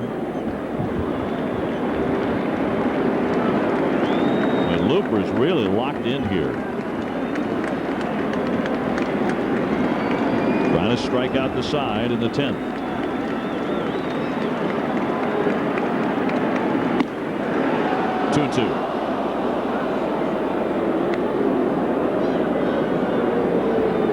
Looper taking something off there. But he's putting his fastball exactly where he wants it. Great movement on the outside corner. Even if you get to it, it's very difficult to hit it fair. If you're a hitter with 2 strikes, you're really protecting the plate. And you've got that kind of movement running away from the left-hand hitter. I'm not getting anything in that he can pull. Swing and a miss. He was very late again. 94 miles an hour. Good morning, good afternoon, good night. And for the Mets, it's the top of the order when we come back to the bottom of the 10th at Shea. It's really cooling off quickly. Tomorrow's supposed to be gorgeous with temperatures in the 70s, no humidity. Craig Dingman comes out of the bullpen with a nifty 2.81 ERA for Alan Trammels' Tigers. This game all knotted up 3-3. And the Mets bring on the top 3 in the batting order: Matsui, Reyes, and Wigginton. Good numbers for Dingman. 16 in his pitches all so far this year with 12 hits. Matsui 0 for 3 with a walk. The all-important first man up in the bottom of the 10th. Showed bunt and took ball 1.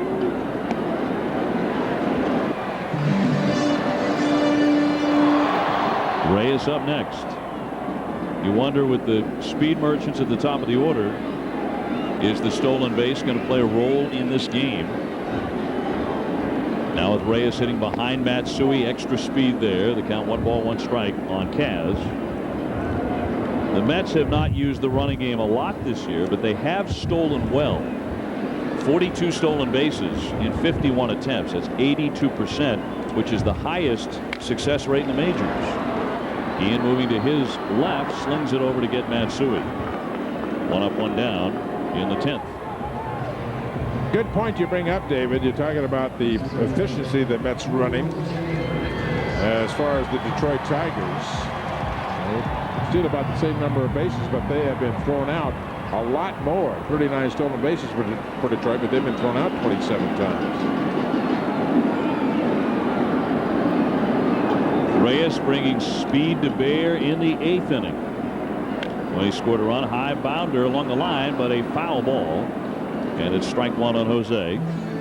Now he is 0 for 4, 2 strikeouts, but he's contributed big time in the 8th inning. Routine ground ball. He rolled it right to the second baseman, and Fonte went down to pick it up, went right through him. But Reyes was not content with one base. He went diving into second. He was safe there and eventually scored. In fact, he would score the tying run on a base hit by Cliff Floyd in the 8th. And so here we are, 3-3 in the 10th.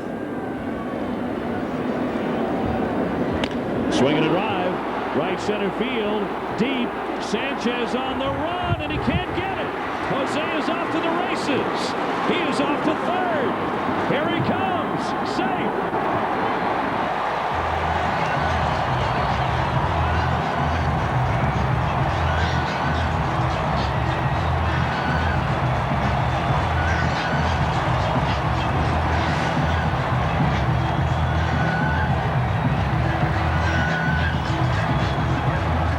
Sanchez didn't get there. On the warning track, Reyes with the tongue wagging. We saw him in the opening talking about his speed, and he looks like he's limping a little bit right there too, David. I had my eye on him coming off the base. Matt Galante down there, and he looked like he was limping coming off. The enjoyment on the bench certainly by the Mets to get a runner to the third base. I don't think he's 100% yet. We talked in the opening about the thrill of watching him hit triples. The 4 that he hit last year are just about 69 ball games, and another one here. And that infectious smile that he has. Here it is again. And he's not busting it out of the box. He doesn't turn it on until right there. Then all of a sudden he's thinking 3.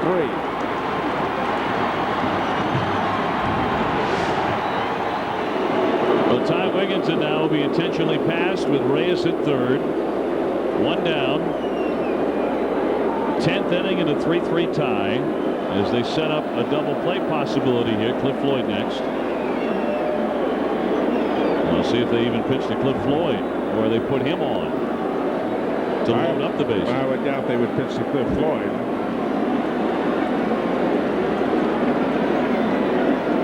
You know what? If Jose Reyes doesn't have to cut loose completely 100%, I say fine.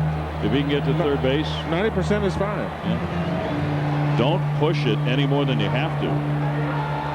Cliff has already driven in a big run, tying the game by plating Reyes. And now they're going to walk Floyd as well. Well, the pitcher is in the next spot in the lineup, in the number 5 spot. So you're going to have to go to the bench. Yeah, it'll be Shane Spencer. And all it'll take here is a fly ball of medium depth, and this ball game is over. Jose certainly looks like he's fine as he's chatting up McClellan. There's a little learning process right there. He's down there on third base. He ought to be looking at home plate. There have been pitchers that have thrown automatic, 4 base on balls over the catcher's head. That's a great point. Pay attention. Yeah, that's where you remember. This is the learning process, and somebody's got to do it for this kid. Why do you? It's when you begin to take things for granted that you get embarrassed. Ty Wigginton has done it this year for the Mets. Somebody went to him and talked to him about it. Well, here comes Shane Spencer, announced as the pinch hitter. The bases loaded up for New York. 1 down, trying to win another late one here at Shea. Trammels is coming out too.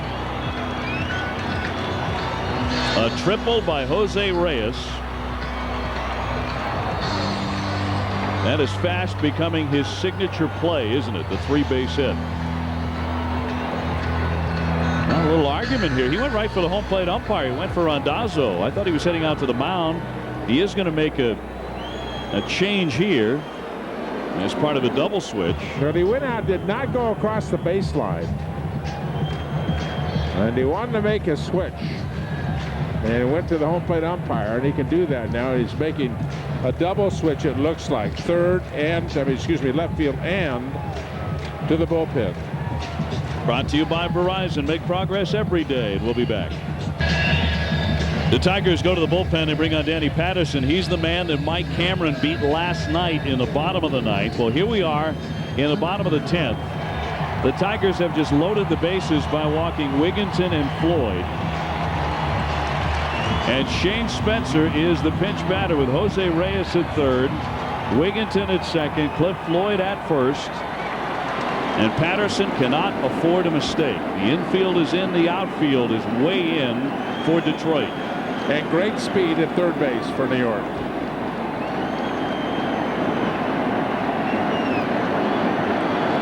So here we go with the first pitch to Spencer. Up and in, ball one. The Tigers looking for a double play to continue to play on tonight.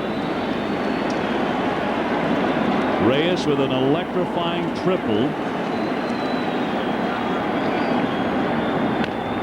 Big swing and a soft roller off to the left of the plate. He took a massive cut.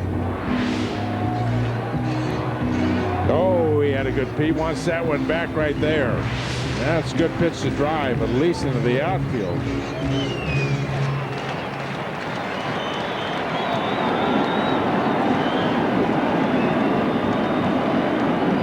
With a win, the Mets will be 4-1 on this homestand. They will also be one game under 500.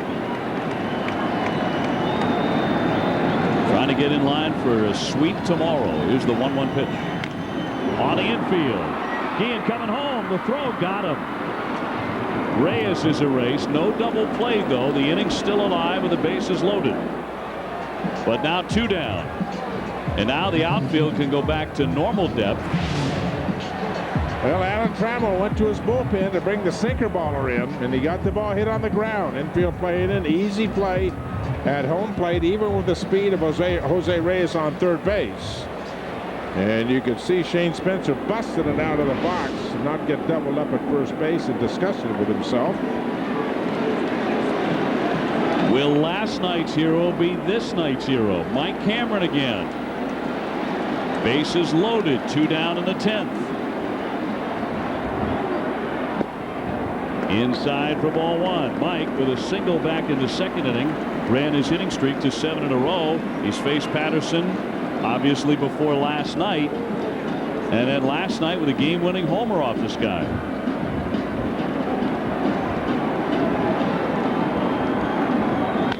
There's another drive. Deep left, right back. It is over his head. Cameron's done it again. Mike Cameron has done it again. On consecutive nights, he's beaten the Tigers. In 10 innings, the Mets pull it out. Final score 4-3. And they're piling on Cammy for the second night in a row. Mike Cameron stinging a line drive, and he beats Patterson for the second night running.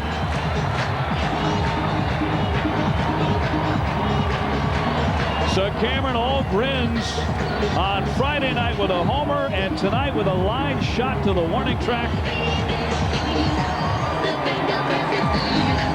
Yeah, for 2 nights he's carried the New York Mets.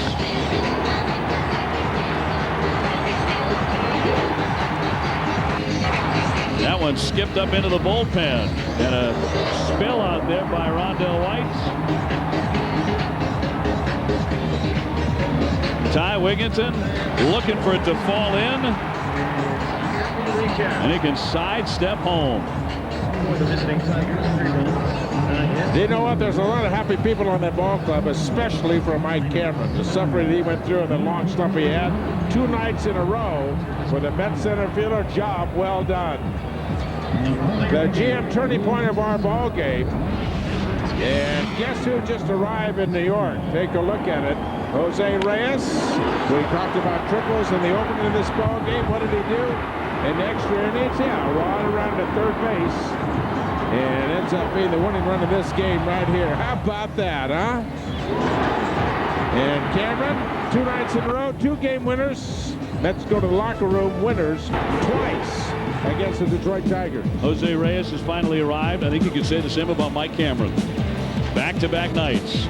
Join us on the WB11 for our next Met telecast tomorrow at 1 when the Mets play the Tigers. And New York goes for the sweep. The WB11 News at 10 comes your way next. The Mets win it 4-3 and 10. Good night, everybody.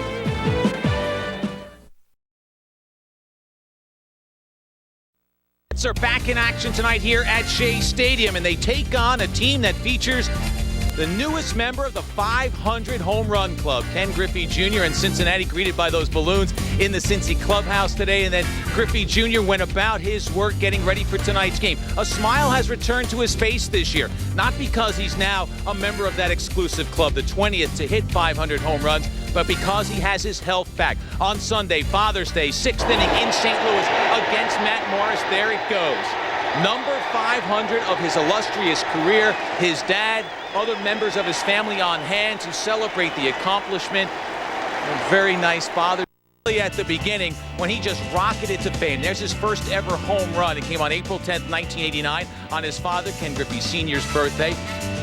Just a short time later, in 1993, there went home run 100. And then as he picked up home run after home run and hit milestones, becoming in many cases the youngest to hit 200 as he did there in Boston, or 300 as he did against Cleveland, the talk was, would he be the man that would surpass Hank Aaron? Over the last couple of years, injuries have taken their toll, but he is back and healthy. April 10th of 2000, number 400 was lofted, and then finally Sunday off of Matt Morris with his dad in attendance and his family watching too. Number 500 for Junior. And his dad, who was a fabulous Major League player, celebrates with him. What a Father's Day it was. And the St. Louis fans offering their tribute to Ken Griffey Jr., who in just a little less than 2,000 games has a .293 career average with 500 home runs and coming up on 1,500 runs batted in, but again has missed 253 games in the last 3 seasons because of injuries. But he's happy and healthy, and he's happy that his family was on hand to share in his joy.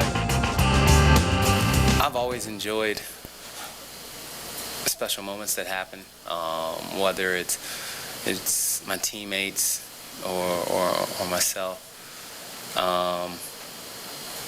You know, I've got a chance to watch a lot of baseball and see a lot of things, and never taking baseball for granted. What really helped me this offseason was that, my son's playing football and basketball, and seeing the joy that he has for his sports. How he comes off the court or the football field mad if something happens, and how he smiles when he scores a touchdown or he shoots a jump shot and it goes in. It's just the joy that he has for the game, and that's what helped me this year, is watching him and how he went around, laughing and hanging with his friends. Some of the names that I passed, I never thought in my wildest dreams that I'd pass these guys, because, the one thing is that I wanted to be like my dad. And he's always said I was going to be bigger and stronger than him, and I was like, yeah, right. I don't know about the strong part, I'm just taller. But, when things go bad or I start pulling off or doing something, he's always there saying, hey, this is what you're doing wrong. I mean, he calls during a game. You've heard the story that he called my uncle during a game, and my uncle asked, I'm doing this, and things like that. And as long as he stays healthy this season, there's no telling how high he may climb on the list. Up next for him, Hall of Famer Eddie Murray, who stands 19th overall with 504 lifetime home runs. Tonight we've got a pretty good pitching matchup for you. Paul Wilson, Generation K, man who had a great career patterned for him. Alas, it did not work out that way. will square off against Matt Ginter, but you have to tip your cap to Wilson, who battled through injuries, missing 2 full seasons in the major leagues following shoulder surgery in 97 and 99. It has indeed been a long road back for Paul Wilson, who comes into tonight's game with a record of 7-0. He has not lost since August 12th of last year. He's got that inner fortitude that he has come back from, like he said, the injuries, and he's been tremendous. I mean, he goes out there, you almost have to play tug of war to get him out of the game with the baseball. But, you know, every time out, he's given us a chance to win a ball game. And, you know, we're obviously very happy with what he's been able to accomplish and happy to have him on our staff. How has he matured as he's had to battle through him? Well, I think, you know, I think it's been documented, you know, coming out of Florida State, how hard he used to throw and all that. And, you know, he went through some bumps in the road. And I guess the best way to put it is he's learned how to pitch, and very well, I might add. And, you know, he's just a guy that, you know, like you said, he's got the heart, and, you know, he wants the ball every 5 days, and he's going to take it and give you a chance to win a ball game. And that's what against this lineup. Kaz Matsui leads things off. Jose Reyes in the number 2 spot. Back for the Mets over the weekend. Then Mike Piazza, Cliff Floyd, Richard Hidalgo, Mike Cameron, Ty Wigginton, Eric Valent, and Matt Ginter. Podium, smiles on their faces. And why not? Yeah. I don't know if that son took his dad to the game or dad took the son. Either way, they enjoyed that long ball. From Richard Hidalgo in the 4th inning, his first hit with the Mets, a 2-run shot. And the Mets have the lead after a Mike Cameron walk and a Ty Wigginton single. Eric Valent delivers a 2-run double. All this damage coming with 2 outs off of Jeremy Bonderman. 4-0, the Mets in front. And Mike Piazza puts a capper on the day for the Mets. In the 8th inning, his 15th homer of the season. The Mets go on to win by a score of 6-1. The highlights brought to you by Ford. Ricky Patalico with the high 5 bump. All around, the Mets now 34-34, just 2.5 games behind Philadelphia and Florida on the Geico National League East standings.